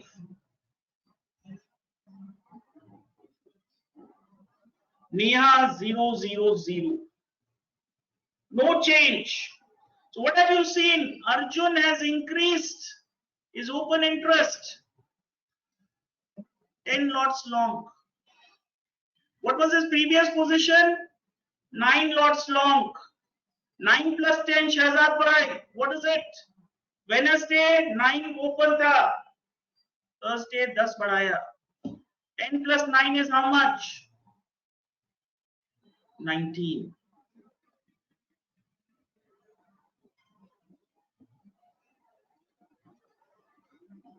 Right?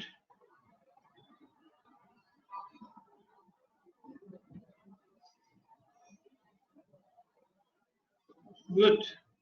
Now Varun, 5 lots long. Previous open interest was 6. 6 plus 5, 11. 6 plus 5, 11. Neha, all 0. No change today. So what have you seen in Varun? He has increased his open interest. He is bullish. So Arjun and Varun both are bullish. Neha 0, 0, 0. John 30 minus 20. So he has bought 30, sold 20, 10 lots long. What was his overnight position? Minus 15. So he has cut his overnight short position today. Minus 15 plus 10 minus 5. Now there is a new person by the name of Vikram. Plus 5 minus 30 minus 25. What was overnight position? 0. So minus 25. Avinash sir, can you see now? Open interest has gone up from 15 to 30. What is the long position? Plus 19 plus 11. Minus 5 minus 25. Can you see this? Long people have increased their open position. Shorts have also increased. What is the total volume? Anand sir. Plus 75 minus 75. Bhavin bhai, is the volume and open interest clear? Please don't try to make any judgment till I don't complete the chapter. Now, let's come down to Friday. Net position, Arjun, 10 lots short. What was his overnight long position? 19 lots long.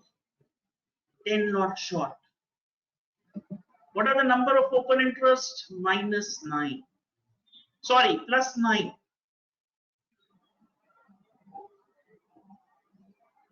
Plus 19 minus 10 is plus 9.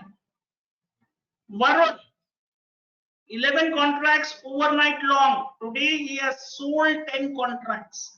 So what has he done? He has reduced his long positions. What has he done? Reduced his long positions.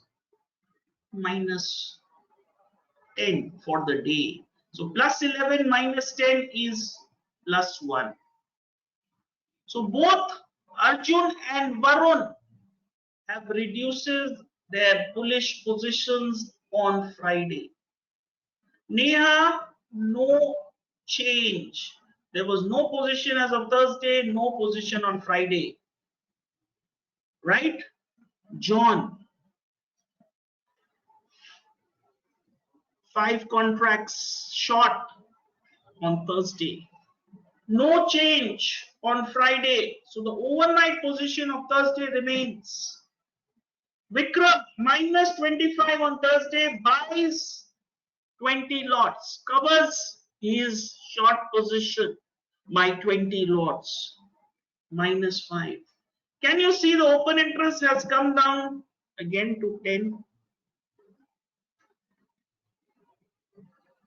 So this open interest is standard given by the exchange for every stock futures and index futures. This does not differ from broker to broker, and this overall open interest is standard. At the end of the day, the overall open interest we will come to know. We will not come to know individual clients' positions. What Avinash sir has done, what Ramkrishna sir has done, what Shahzad sir has done. But at the end of the day, we will get to know this outstanding open interest for each future instrument, whether it is stock future or whether it is index futures. Am I making sense? Now is it clear? Nitin sir, don't worry. If you are new to a subject, you have to see the revision, see the recording 3 to 4 times. It is something like when you're riding a bicycle, what happens? First time you are underconfident. What is the balance? But when you keep doing that time and again, that is where you grow as an individual, especially if the subject is new. Because sir, let's not get into this. There is a limit, market-wide open interest limit. After that, which a stock gets into a ban period. So once a certain open interest, Abhishek sir, we have not yet come to options. Abhishek sir, don't worry. In options we will do. Tomorrow, options will be covered. Good. So Vikesh sir, only if it crosses a certain limit, trading will stop. You cannot add more positions to that particular instrument. Right? Now, what is settlement? All index futures and option contracts are cash settled. All index futures and options contracts are cash settled.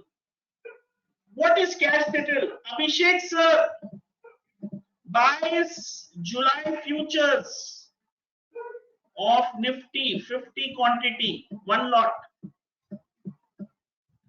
at 15,700. He has bought 1 lot and he forgets to square off on 29th of July.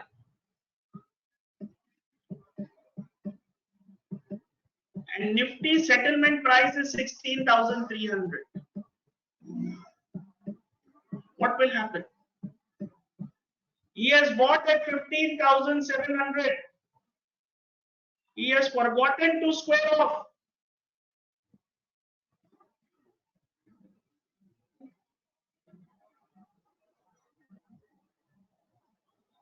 So all index futures and options on the last date, this is his buying price. The exchange will square off. This will be his selling price. 600 rupees into 50 is the lot size. 30,000 rupees will be credited to Sir's account by the exchange, and the future contract will be settled. In case if there would have been a loss, and if Sir would have not closed the contract,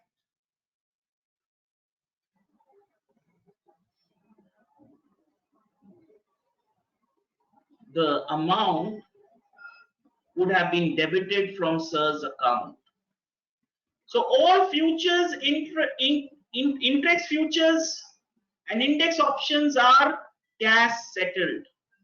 Am I clear? So what do you mean by cash settled? That if your position is open, long or short, and you don't square off on the last date, the profit or loss is credited or debited from your account. Is this making sense?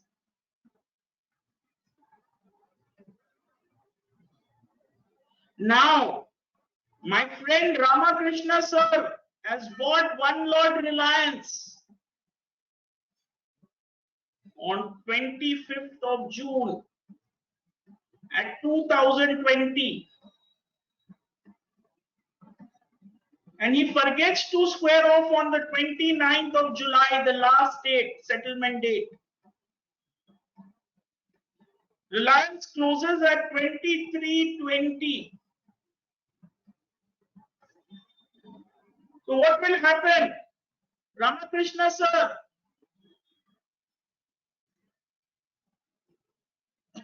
will this be settled? Will the profit be credited to your account, 300 rupees? What will happen? Yes, others. What will happen? Even if you are making a profit, my friends, you cannot settle it. You will have to pay and take delivery. The lot size is 250. So 250 into 2020, you have to pay, and delivery will come to your demat account. So all stock futures and options are deliverable settled. So Shiv sir, if you have sold Reliance and you do not square off before 29th of July, you have to give delivery. It cannot be cash settled. So all stock futures and stock options are deliverable settled. So Ramakrishna sir might say, sir, I have sold the futures, but I could not give, I don't have the delivery. What do I do? So in the cash market, anybody faced a problem? You have sold something and you don't have delivery? Anybody faced this problem? Yes, Anubhai has faced a lot of problems. Anubhai knows it. I can see it from the body language. You will be penalized. There will be auction, and there is a heavy penalty. So in case you have sold and you don't have delivery in your demat account, and if you don't square off, there will be a auction and you will be penalized. Okay, are we clear with this? Now, at any given point of time, there are a few questions. Let me take it. What are the questions? So Manjunath sir is saying, even in stock futures, if we square off, is it cash? Yes. Manjunath sir, if you square off or close your position before the contract expiry, it will be cash settled. So my friends, if you have bought Reliance futures at 2020 and if you square off before the closure at 2100, that 80 rupees profit is credited to your account. Good.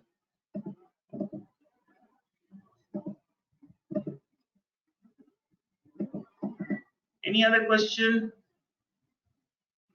Sudeep sir is saying if I have 250 Reliance shares. So Sudeep sir, in cash market, you have shares. It comes in your DP. So in cash market, if you have sold Reliance intraday and you don't square off, you have to give delivery. You remember I showed you an example 190 10 shares. So in the cash market, at the end of the day, if you don't square off, you have to give delivery or take delivery. But in the futures market, if you have one lot of Reliance open, till the contract is not closed, till the settlement date, you can carry that contract. But before the settlement date, if you don't have delivery, you have to square off your positions. Am I clear with this? Good. Sumit sir, if you have purchased Reliance at 2200, Reliance futures, whatever the price is, this is going to be your purchase price. If you are taking delivery, this is going to be your delivery purchase price. Vikesh sir, if you are selling futures and if you don't have stocks in your demat, you have to square off or close your positions before the settlement date. So supposing if you have sold Reliance futures on 25th of June, so before 29th of July, which is the settlement date, you have to square off your positions. Am I clear? So now let us learn a few more terms. Let us learn a few more terms. Shiv sir, we will do options when they come. I don't believe in jumping the gun. I believe in learning slowly because I was not a very good student. Okay? I was not a very good student. So I absorb very slowly. So I go very slow. So point number one, at any given point of time, there are 3 future contracts running. July, August, September. 3 current months contract. The July futures. So at any given point of times, there are 3 different expiry futures contract running. So July future is called the current month.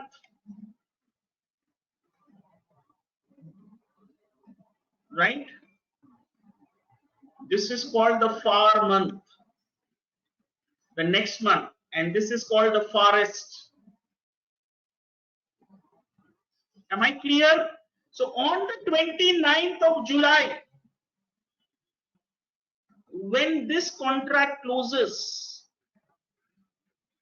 October will be the new contract which will be added. So this will start going together. Yeah, this will shift. So this way, as one contract goes, another one is added. So at given point of time, there are only 3 contracts which are traded. Current month, far month, and the farthest month. Are we all on the same page? Are we all on the same page? Now my friend Manjunath sir is bullish on Tata Steel. Bhavin bhai, type your question, but should be related to the subject. He buys a July future of Tata Steel. That is in options, not in futures. In futures, there will be only 3 contracts. Ramakrishna sir, that is in options, not in futures. Ram sir has bought July futures on Tata Steel. Now we all know he does not want to take delivery. So what will he have to do? He will have to square off his position before July 29, which is the last date. But he does not want to remove his bullish position in Tata Steel. Why? Because he's bullish. He's expecting the Tata Steel to go up. So what will he do? Since he has bought one lot of July, he is forced to square off. Why? Because if he does not, he will have to take delivery. So he will sell one lot of July. So his July position is 0. What will he do? He will buy one lot of August. So now his original position, which was one lot futures long July, has now shifted to one lot future August. So he squared off his July position and shifted it to the next expiry, which is the August expiry. This process of squaring off your original contract in the current expiry, which is closing, and shifting to the newer expiry is called rollover. So the meaning of the word rollover is shifting of your original bullish or bearish position from one expiry to another expiry.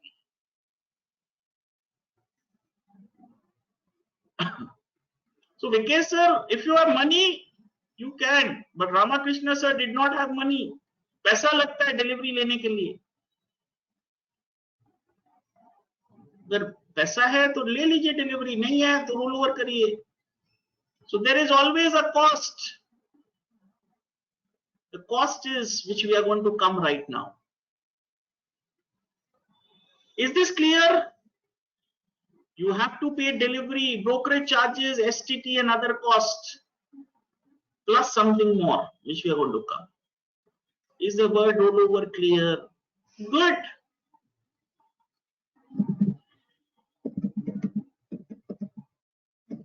Yes, Avinash sir.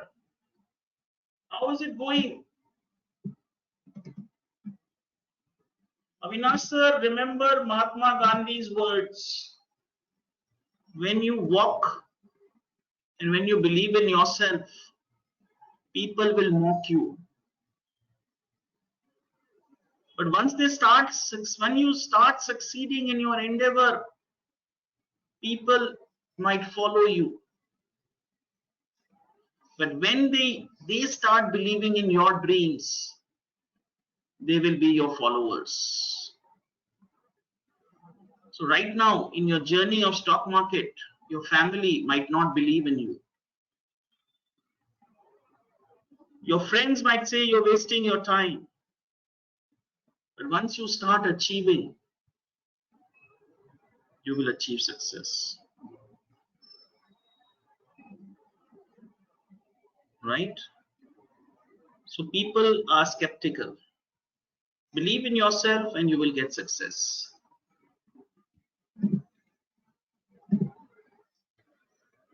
Srivastav sir, rollover is futures contract. One expiry to another. Delivery is you're buying in the cash market. Okay, sir? Manjunath sir, please understand the difference yourself. Your question is not very relevant. Rollover is existing position from one expiry to a new expiry. And when you are buying directly, that means if I'm bullish, I'm directly buying the August expiry. I don't have the July expiry. Is this clear? Good.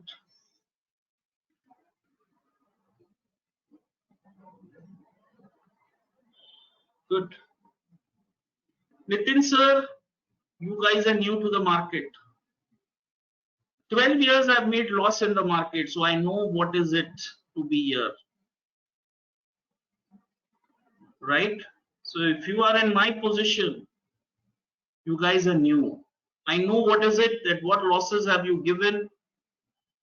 Everything is in my mind because I've traveled that road which you are traveling now. I could have stopped teaching years back. I don't need to. But this is what I want to give, what God has given me. That is why I'm here. Otherwise, there's no need for me to be here. I don't go to temples. I don't pray to God. For me, this is my religion and this is my God. Right? So that's why I'm here. Otherwise, I don't need to be here. Absolutely, Shahzad भाई, आप इसको काटेंगे, जुलाई को काटेंगे, 29 तारीख के पहले संग अगस्त लेंगे. Is this clear? So I'm very confident that if you are with me at the end of this class, at least I can make you a break-even trader. You will make some money with me because I'm going to trade live with you. I'm going to give you a strategy.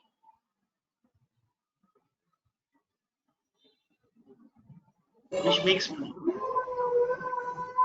Right? One sec, let's move forward. Let us, how many of you have been to NSE India? This is the NSE site. If I go here,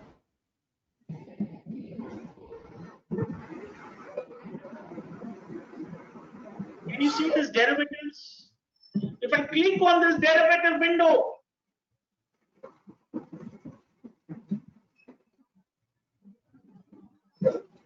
you can see the details of all the contracts, stock futures, July expiry. Right? If I keep going down, these are stock futures, August expiry. And these are various contracts. So let me go down to the stock futures. I will click here.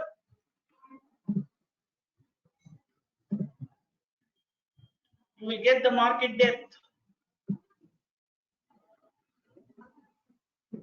Bid and ask. Can you see this same thing which we discussed? So in this is the futures contract. Buyers 11,000 quantity at 2116. Seller 250. This is one lot. One lot size is 250. Just see this. Total volume 94,497 contracts.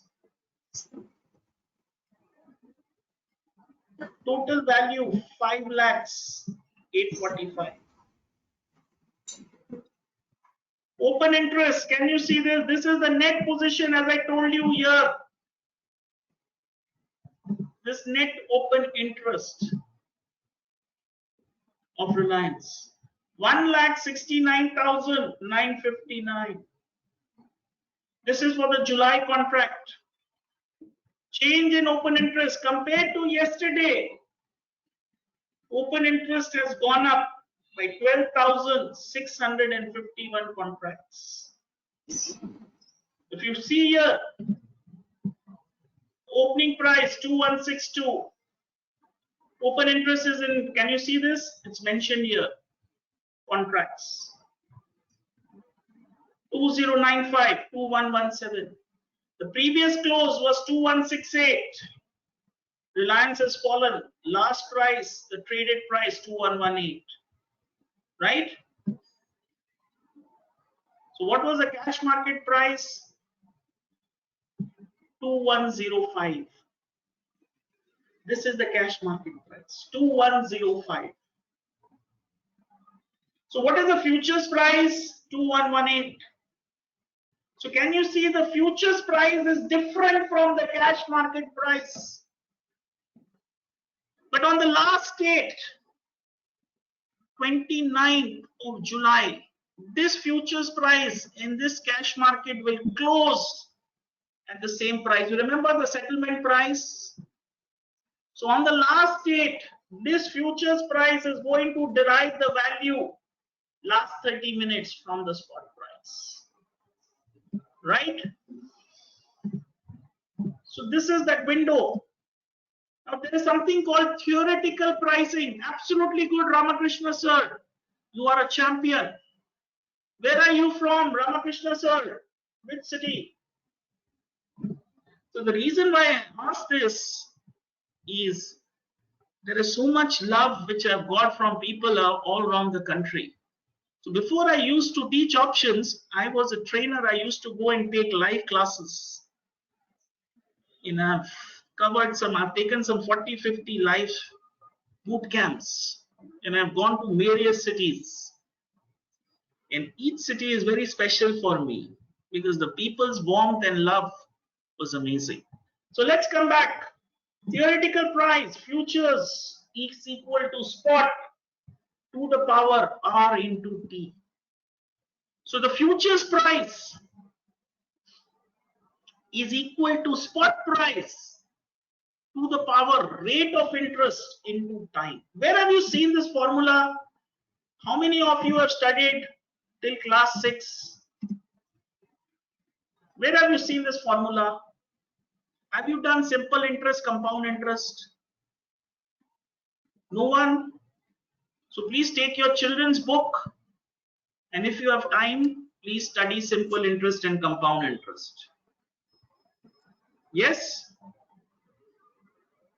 Good. Is my voice clear? Can you all hear me?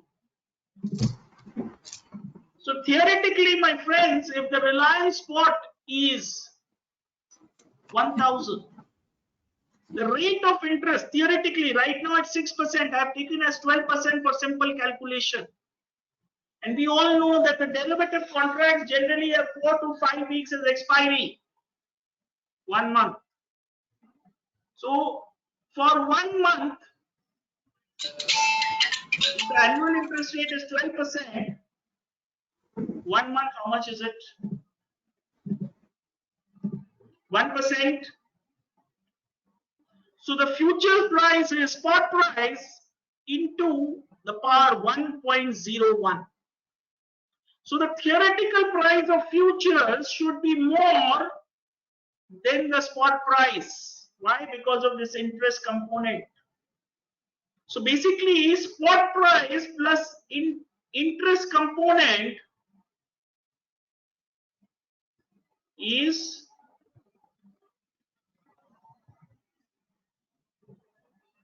future price.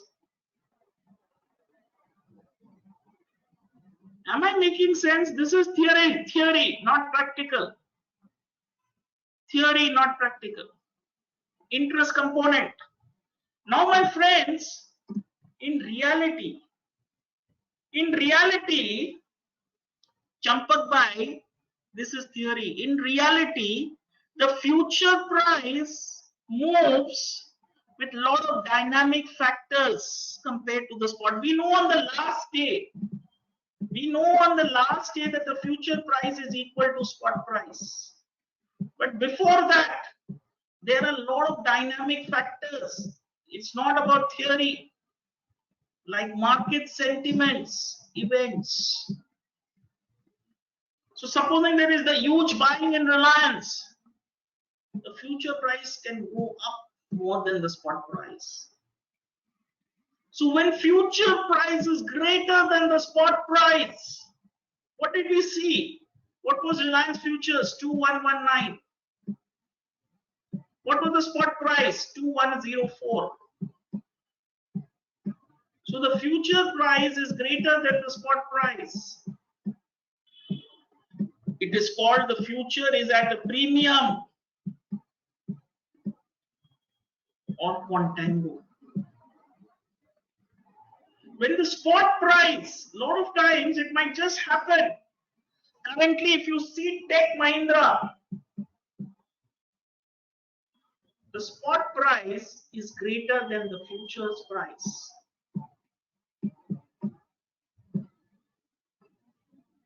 That means it is at a backwardation or a discount.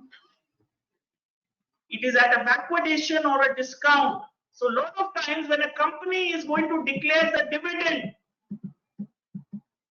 the future price falls down before the dividend is declared in that expiry. So Tech Mahindra is going to declare 30 rupees dividend. So the future price is already down. The dividend declared date is 24th of July. So the future price has already adjusted the dividend. And on the 24th, the spot market will fall by 30 rupees and the spot will be equal to future. My friends, please understand, this future and spot prices do not tell you about the market trend. That if the future price is up, the market is bullish than the spot. No, this has nothing, because Reliance prices have fallen. Vikesh bhai, just go through some basics. When a company declares a dividend, on the day the dividend is declared, the cash market price will fall. But the future price settles this dividend at the beginning of the expiry.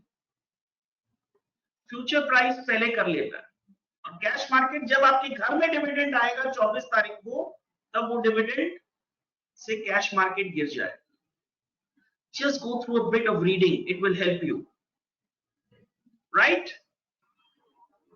So please understand, future at a premium or at a discount has no validation whether a stock is bullish or bearish.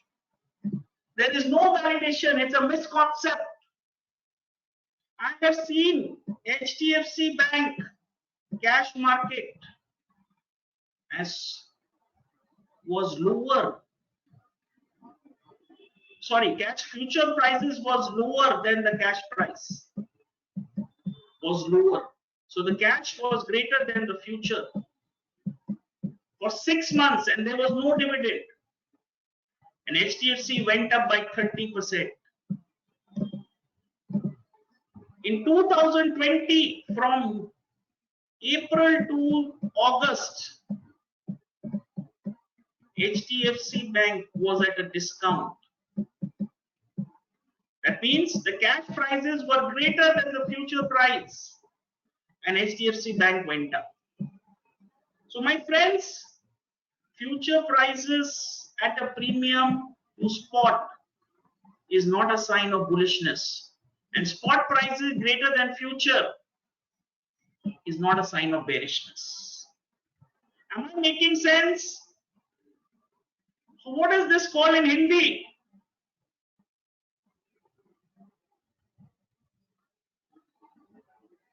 What is the future market called in Hindi? Anyone? Anybody heard the word Vaida Bazaar? Oh my God, you guys are champions. Vaida Bazaar. I promise to honor the contract to buy one lot of Reliance futures. Promise to honor the contract. Vaida, promise. When futures is greater than spot, what is it called? Seedha Badla. In normal cases, futures is greater than spot. It does not, Venkat sir, this is what I explained to you. There is no meaning of the difference. It's a normal understanding. It does not tell you bullishness or bearishness. That's exactly what I'm telling you. That's a misconception. When the spot price is greater than the futures price, it is called Ulta Badla in Hindi. So let us remember the 3 words. Vaida Bazaar. Seedha Badla, when the future is greater than spot. When the spot is greater than futures, Ulta Badla. Am I making sense? Is this clear? Good. Now, some qualities of a future. So whenever you're buying a futures contract, see, you bought one lot of Reliance futures. What is its value? 250 into 2100, 5,25,000. So my friends, you don't have to pay the full value of 5,25,000. You have to pay. This margin is dependent on time to time. And there is something called Google, my friends. You type zero the margin calculator. When you go there, see, let me buy one lot of futures, Reliance futures. Can you see here? Lot size 850. What is the margin? Only 1,77,000. So the contract worth 8 or 9 lakh rupees. I just have to pay 24-25% of the total contract value. Somewhere it is 20, somewhere it is 30. Each contract is separate. So when I pay this, so if I go down, so there is a margin calculator also. So supposing you want to purchase, you write, I want to purchase ACC 29 July. So can you see total margin I'm paying is only 1,97,000. And what is the lot size? 500. So it might be about 700 to 800 rupees. Share price, sorry, 500 contract, 8 lakh rupees will be the contract value. About 20% I am just paying. So only a certain percentage of the contract value I need to pay as a future buyer or the future seller. So now let me show you what can a futures market do to you with compared to cash market. So there are three friends, Ravi, Shyam and Bharat. Ravi buys a XYZ industry, 500 shares lot size, right? He buys one lot of futures at 1,200 rupees. Shyam sells one lot of futures, 1,200. Bharat buys the same amount, 500 lot size, same amount in cash market, same price. Now, my friends, if Bharat buys paying the cash market 1,200 into 500, what is his investment? 6 lakhs. Right? Now, Shyam is paying only 15% margin of 6 lakhs. How much is it? 90,000. Ravi pays only 15% margin. So this is decided from exchange time to time. Right? 90,000. Now, what are the three case scenarios? At the end of the expiry, if Reliance closes at 2,000, what happens to Ravi? Purchase price 1,200, selling price 2,000. He makes a profit of 800 rupees. What happens to Shyam? He has sold at 1,200. He has to buy back at 2,000. He makes a loss of 800 rupees. What happens to Bharat? 800, 1,200, 2,000 minus 1,200 is 800. So are we clear till here? This is common in profit and loss per share. Are we all clear? Now what will be his profit? 800 into quantity 500, 4 lakhs. Puneet sir, 4 lakh rupees profits. What is his investment here? 90,000 rupees. 4 lakhs divided by 90,000 is how much? 444%. 4 lakh divided by 90,000 is how much? 444. So on an investment of 90,000 rupees, Ravi has made 444%. Wow. Now let's go to Bharat. His profit is also 4 lakhs. Right? What is his investment? 6 lakhs. So on an investment of 6 lakhs, he has made 4 lakhs. What is his profit returns? 66% only. So my friends, why should we deal in the cash market? I can make 4 lakh rupees from 90,000 investments. Why should I make 4 lakhs from 6 lakhs? Why? There is no need. Why should I do that? What is the need? So my friends, should we stop cash market and only do futures? There is no need to do options also.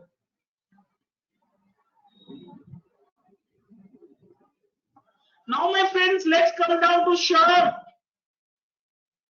Shyam lost 800 rupees or 4 lakhs. What was his investment? Srivastav sir, 90,000. What is his return on investment?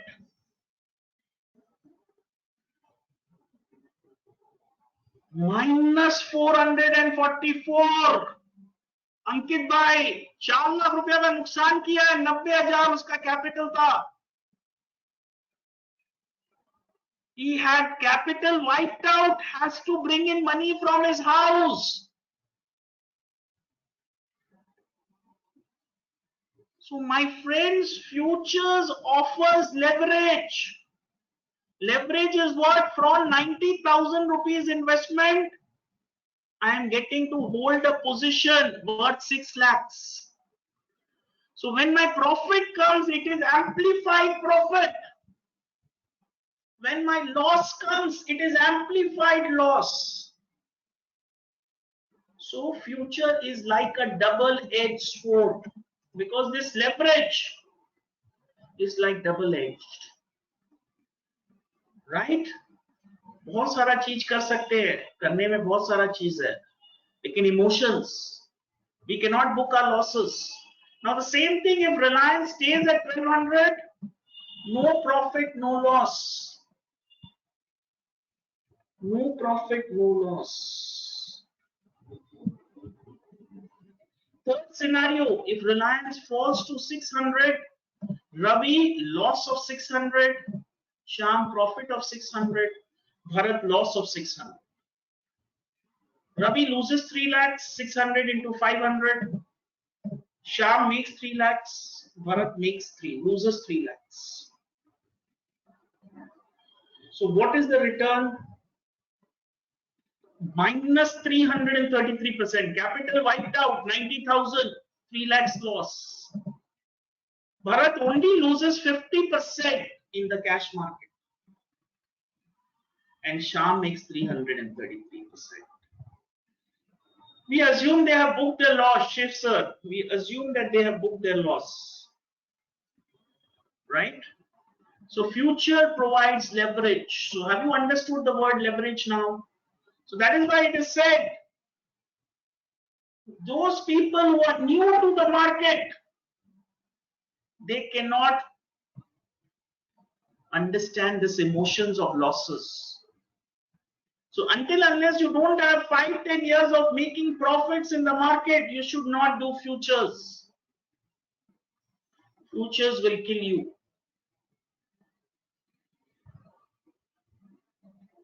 So that is why Vivek sir always mentions that future should not be done by the newcomers in the market.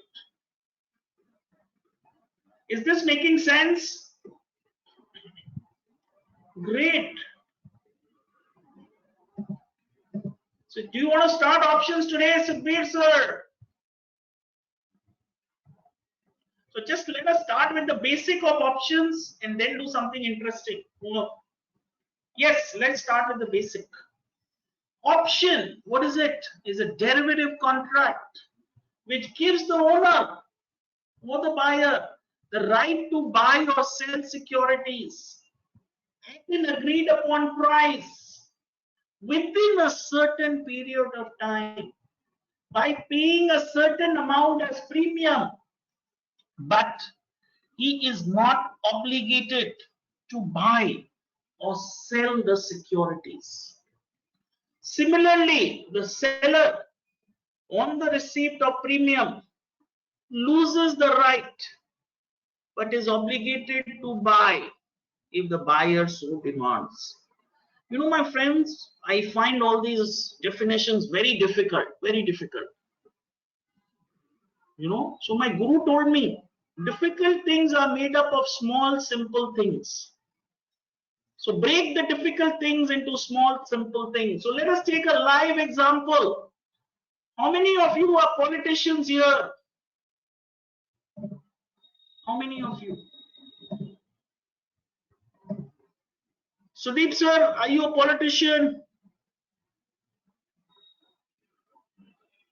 Okay.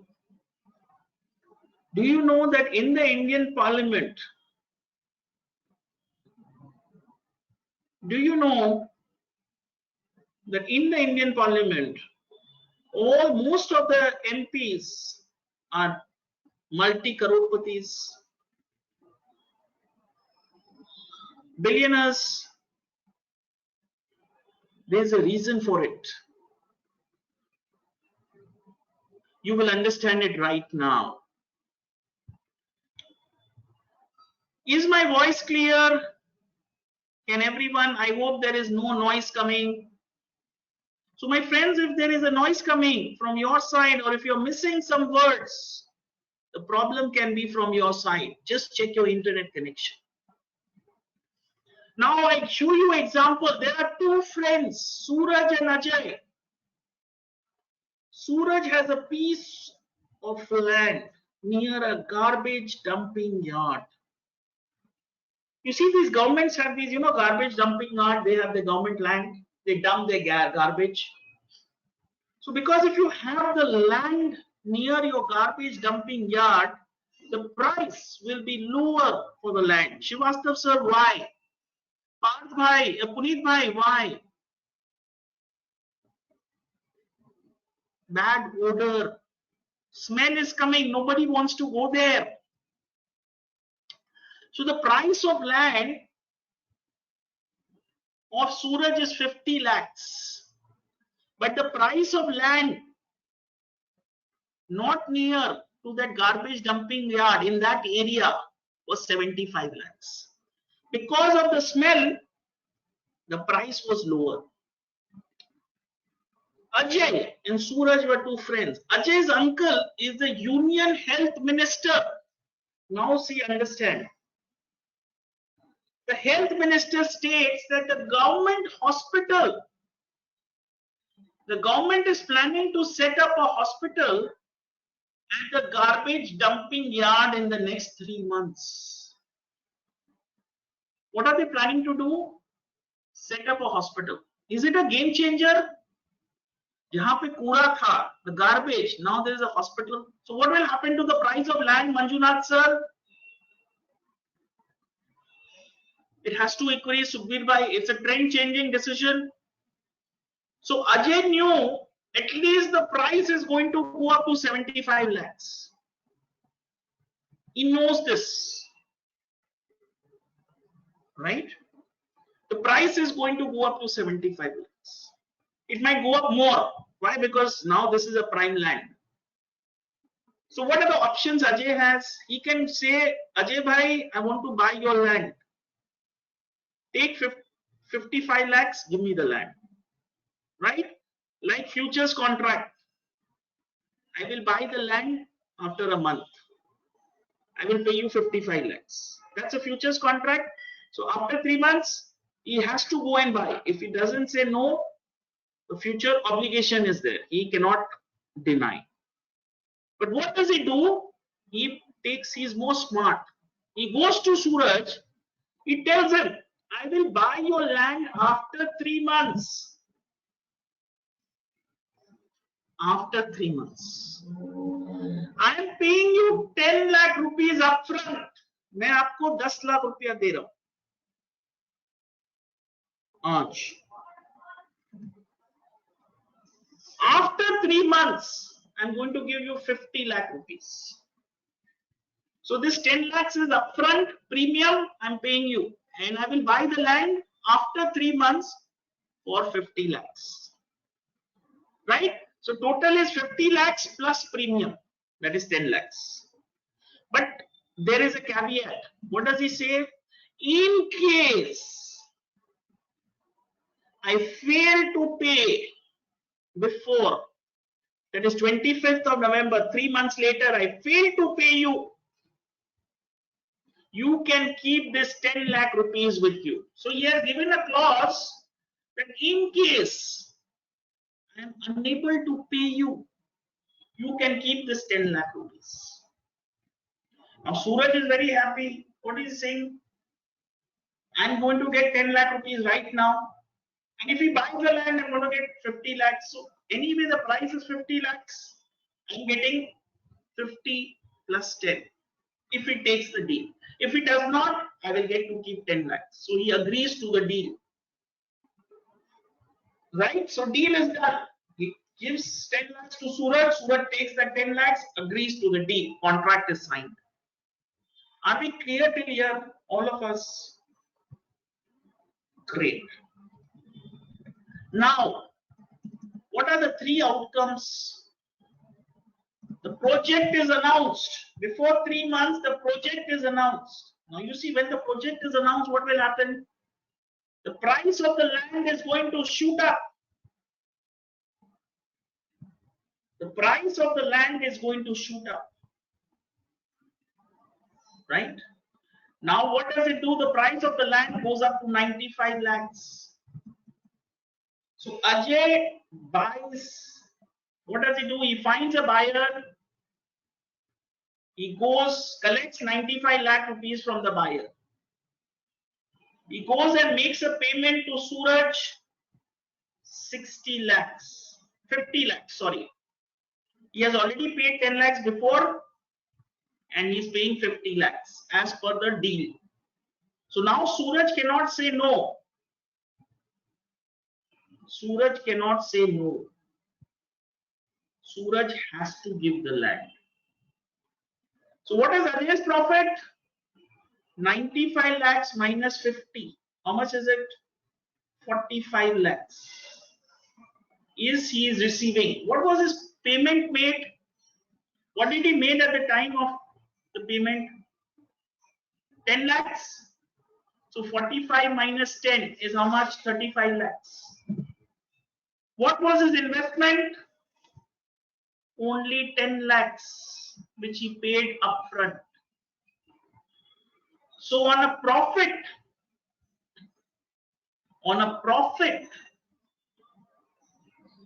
of 35 lakhs on an investment of 10 lakhs. So profit is 35 lakhs, investment is only 10 lakhs. Am I making sense? Profit 35 lakhs, investment 10 lakhs. Now, no announcement. 3 months have gone, no announcement. The price of the land will not change, 50 lakhs. So what does Ajay do? Ajay will go to Suraj with folded hands. He will say, my friend, I am unable to buy this land. Please pardon me. I cannot buy this piece of land. You can keep the premium with yourself. So what is Ajay's maximum loss? 10 lakhs.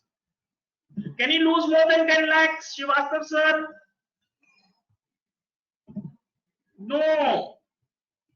He cannot lose more than 10 lakhs. Right? Girish bhai. He cannot lose because he has signed a contract. In case I don't purchase, you can keep the premium with you, which I made advance with you in the beginning. Now, last case scenario, the government project is cancelled. The price of the land remains at 50 lakhs. Ajay gives up the right and tells Suraj, you can keep this land. You can keep this premium of 10 lakh rupees which I paid you. I will be unable to buy it. So what happens? What is Ajay's maximum loss? Only the premium paid. How many of you are from North India? How many of you have heard the word Bayana? When you purchase a land, do you make a token payment? Advance? So in India, before this, also we had this advance Bayana. Now let us come down. Let us try to understand this difference. Option is a derivative contract. Who is the owner? Ajay. Right to buy. Agreed price. What was the right to buy? 2 acres land. Agreed upon price. What was the price? 50 lakhs. Certain period of time, 3 months. By paying a certain amount as premium, 15 lakhs. He is not obligated. So when the price was below 50 lakhs, did Ajay pay 50 lakhs to buy? No.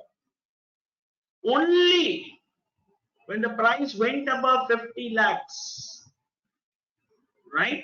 He has the right but not obligation. No, Rohit sir, in this case, even if the price was 51 lakhs, if it was 51 lakh, Ajay would have gone to Suraj and said, give me the land at 50 lakhs. So he would have made 1 lakh. His total loss was 10 lakhs. So 9 lakhs. Right? Yeah, in this scenario, 2 cases the seller won, 1 case the buyer won. Right? So he has the right. Right means, agar ye 50 lakh ke upar hua, if it is above 50 lakhs, he will execute this right. Even if it is 50 lakh 10,000, he will execute the right. Rohit भाई 10 लाख रुपया तो पहले ही दे दिया है, 10 लाख रुपया तो पहले ही दे दिया, वो तो खत्म हो गया. अब वो अग्रीमेंट है कि 50 लाख 51 लाख में जमीन बेचा, कितना आया? 1 लाख आया. 10 लाख तो पहले नुकसान का खत्म हो गया, इसलिए total loss is 9 lakhs. Anything above 50 lakhs, he will execute the deal. Is this clear? So the buyer is going to execute his contract above the 50 lakh price. Right? The seller has received the premium. Suraj receives 15 lakhs. So since he has received the premium, he has to give the land when the buyer demands. Right? Shiv sir, we will come. All those things are too far off. We are here to enjoy your learning, Shiv sir. Don't pressurize with all these new learnings. We want to learn step by step. We want to enjoy options. I don't want to pressurize you without money. Strategies, all that is later on. Here we are here to enjoy. We are here to learn. Right? I will teach you everything. Don't worry. Is this clear?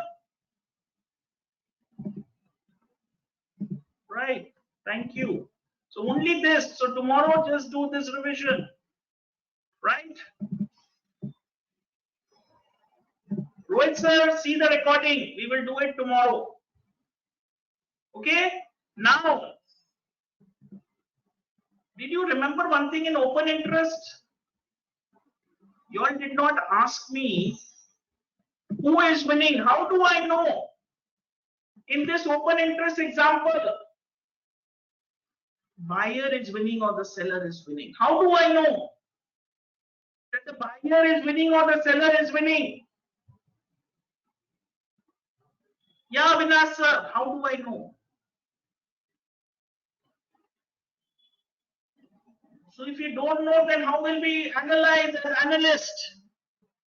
Very good. We will compare with the price. If the price has gone up, the buyer is winning. If the price has gone down, the seller is winning. Now, my friends, I'm not an actor, I'm not a star, but I need to turn on my webcam. So you need to see me to understand this concept of price and open interest. Can you all see me? Yes? Great. So the concept here is, if price goes up, this is price, my left hand, and open interest goes up, what is happening? The people, so whenever open interest goes up, that means it's called a build up. When people are building positions, so when price goes up and open interest goes up, what does it mean? Long build up. It means long build up. Price up, open interest up. So the people who have built the position, the buyers, they are winning. Now when price is coming down, this is the position. If price is coming down, open interest is coming down. What is it telling you? Those people who had built up the long positions, they are bringing it down. So when price is coming down, open interest is coming down. Long, those people who are long, they are unwinding their position. So it is called long unwinding. Am I making sense?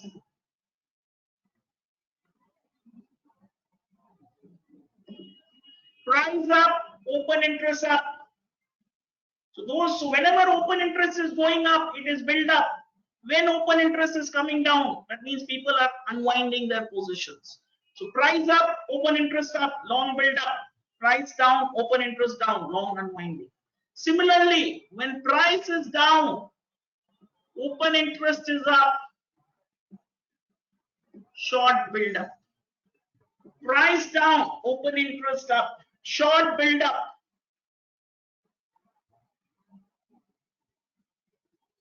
Those people who have sold and open interest building up, build up.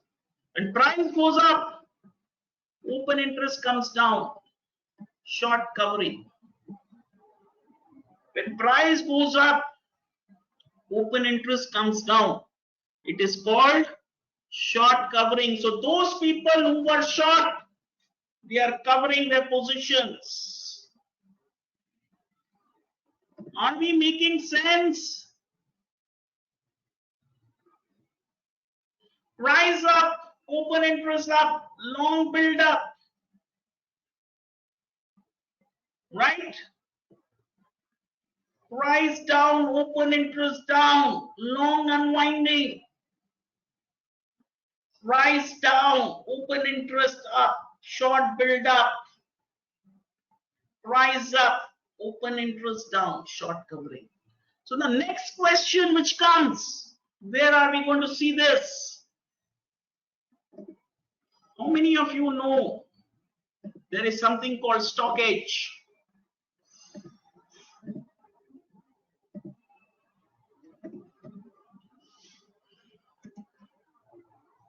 So if you don't know, just know it today. Now, my friends, what did we see? Maruti.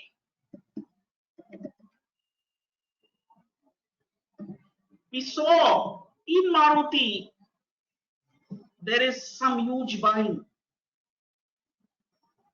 So let me go down to Maruti here.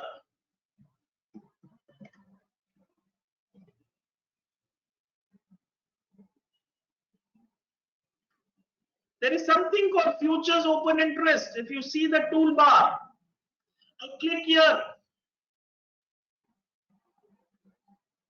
Now just see here. Please see, you have to compare the open interest. I'm shaking you to the free site. I have not logged in also. So what do you see? Price was going up from here. Can you see here? Open interest was also going up. Now this is the new expiry. The open interest is down. So now those guys who had taken up long position, they have exited. So till here, so always compare it from the beginning of the expiry and the last 10 days. Don't compare day to day. So if I see here, this is where the massive buying started, right? So this day the open interest came down, but this was the day, 23rd of June, 7423. Where did the breakout take place? Here, 7423. Can you see this? This was the breakout day. Can you see the open interest? Can you see the increase in open interest? 5%. Increase in price, breakout, increase in open interest. Big buying. So can you see in 2 days flat, you got 5%. So whenever a big breakout takes place with an increase in open interest, it tells you that the participation is in strong hands. Let us check Infosys, because Infosys is already in a breakout.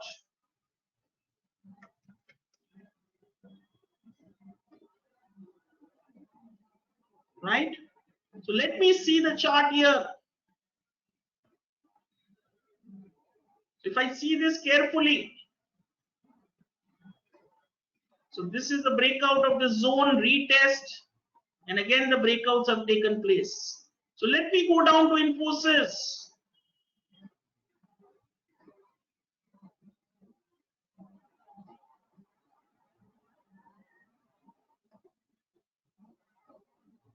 Can you see this? Price is going up. So compare this open interest to the average open interest. This is where the breakout has taken place. Can you see 1461? So let's see the chart. 1461. This is that area. Right? So my friends, you can learn from different people, different styles. If you want to do detailed analysis, do what Vivek sir has taught you. If you want to do thumb rule analysis, do as I am showing you. So when the major price action takes place, can you see the open interest increase? So this is long build up. So can you see when the price is going up, open interest is going up, maintaining above the average open interest, it is long build up. Am I making sense? So this is the cumulative contract. Yes, Chintan Bhai, both buyers and sellers. Price tells us is the buyer winning, or price tells us is the seller winning. So this is a price which tells you who is winning. Am I making sense? Very good. So when you combine price action with future open interest at important breakout levels, your probability increases. So how do you see this data? You see last 10 days average. So this one day goes wrong, you basically have to see for one or few days this contract. So yesterday the open interest has gone up by 6 lakh contracts. Price has gone up. Right? So there is a long build up. Can you see this long build up was happening? This is the past few days. Right? This is the closure of the June contract. That is why your open interest is showing low. So on the first day of the new contract, the open interest blip will happen. But overall, Infosys has a good market participation. So let us check IndusInd Bank. We discussed, you remember? We discussed IndusInd Bank. It is looking good. So let us check.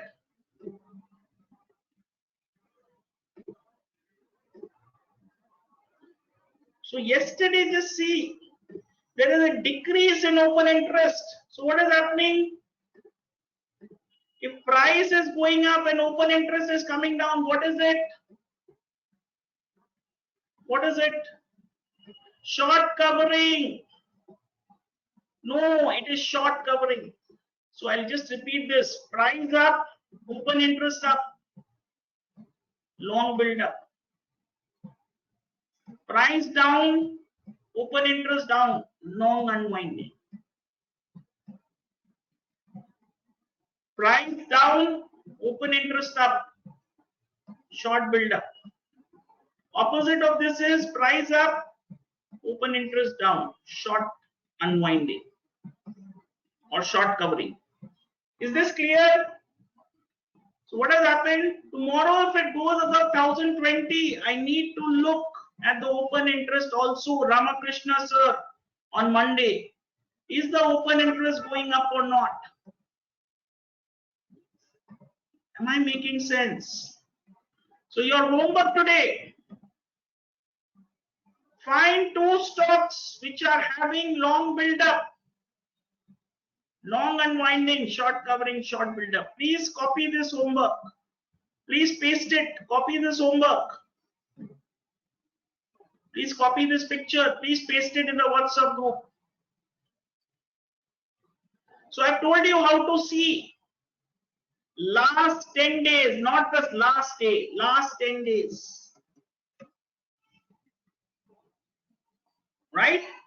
So Maruti, I've shown you breakout. IndusInd Bank, probable breakout. So I will have to watch the open interest on Monday and then decide. Am I making sense, my friends? How do I practically approach this? Are we all the same page? Good. And guys, I believe you are tired now. Thank you for your lovely time which I had with you all. Yeah, it will help you in a breakout. Any stock future open interest can be a good guide even when you're doing the cash market. Right. So my friends, the journey is endless. What is important here is how we enjoy this journey. In life, there will be some failures, some success. But if we can cherish our life, that is what is important. Peace and joy are hidden deep inside our soul. There is pain and there is sorrow. There is peace and there is joy. Don't search it for outside. Travel within, and you will find your peace and your joy. Thank God for the gifts you have. You will make it. Yes, Manju sir, the question is all yours.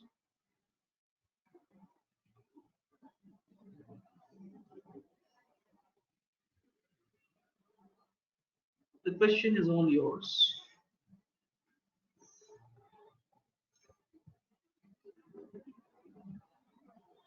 Yeah, waiting for your question. Don't type too much. There are certain secrets I've hidden from my wife also. So if you're asking me too many secrets, there will be a problem. So there is a saying that every saint has a past and every sinner has a future. Right? So I have a past. Manjunath sir, the journey has just started. So when you travel in that road, what you are is not important. What you want to be is important. So if you want to be a full-time trader, there are a lot of sacrifices you got to make.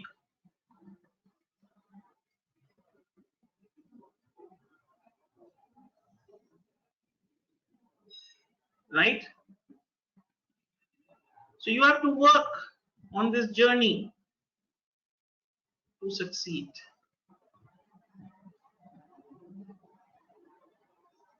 So let us go step by step. I'm going to teach you one or two strategies which are professional in nature, which are going to help you to earn some money out of the market which has an edge.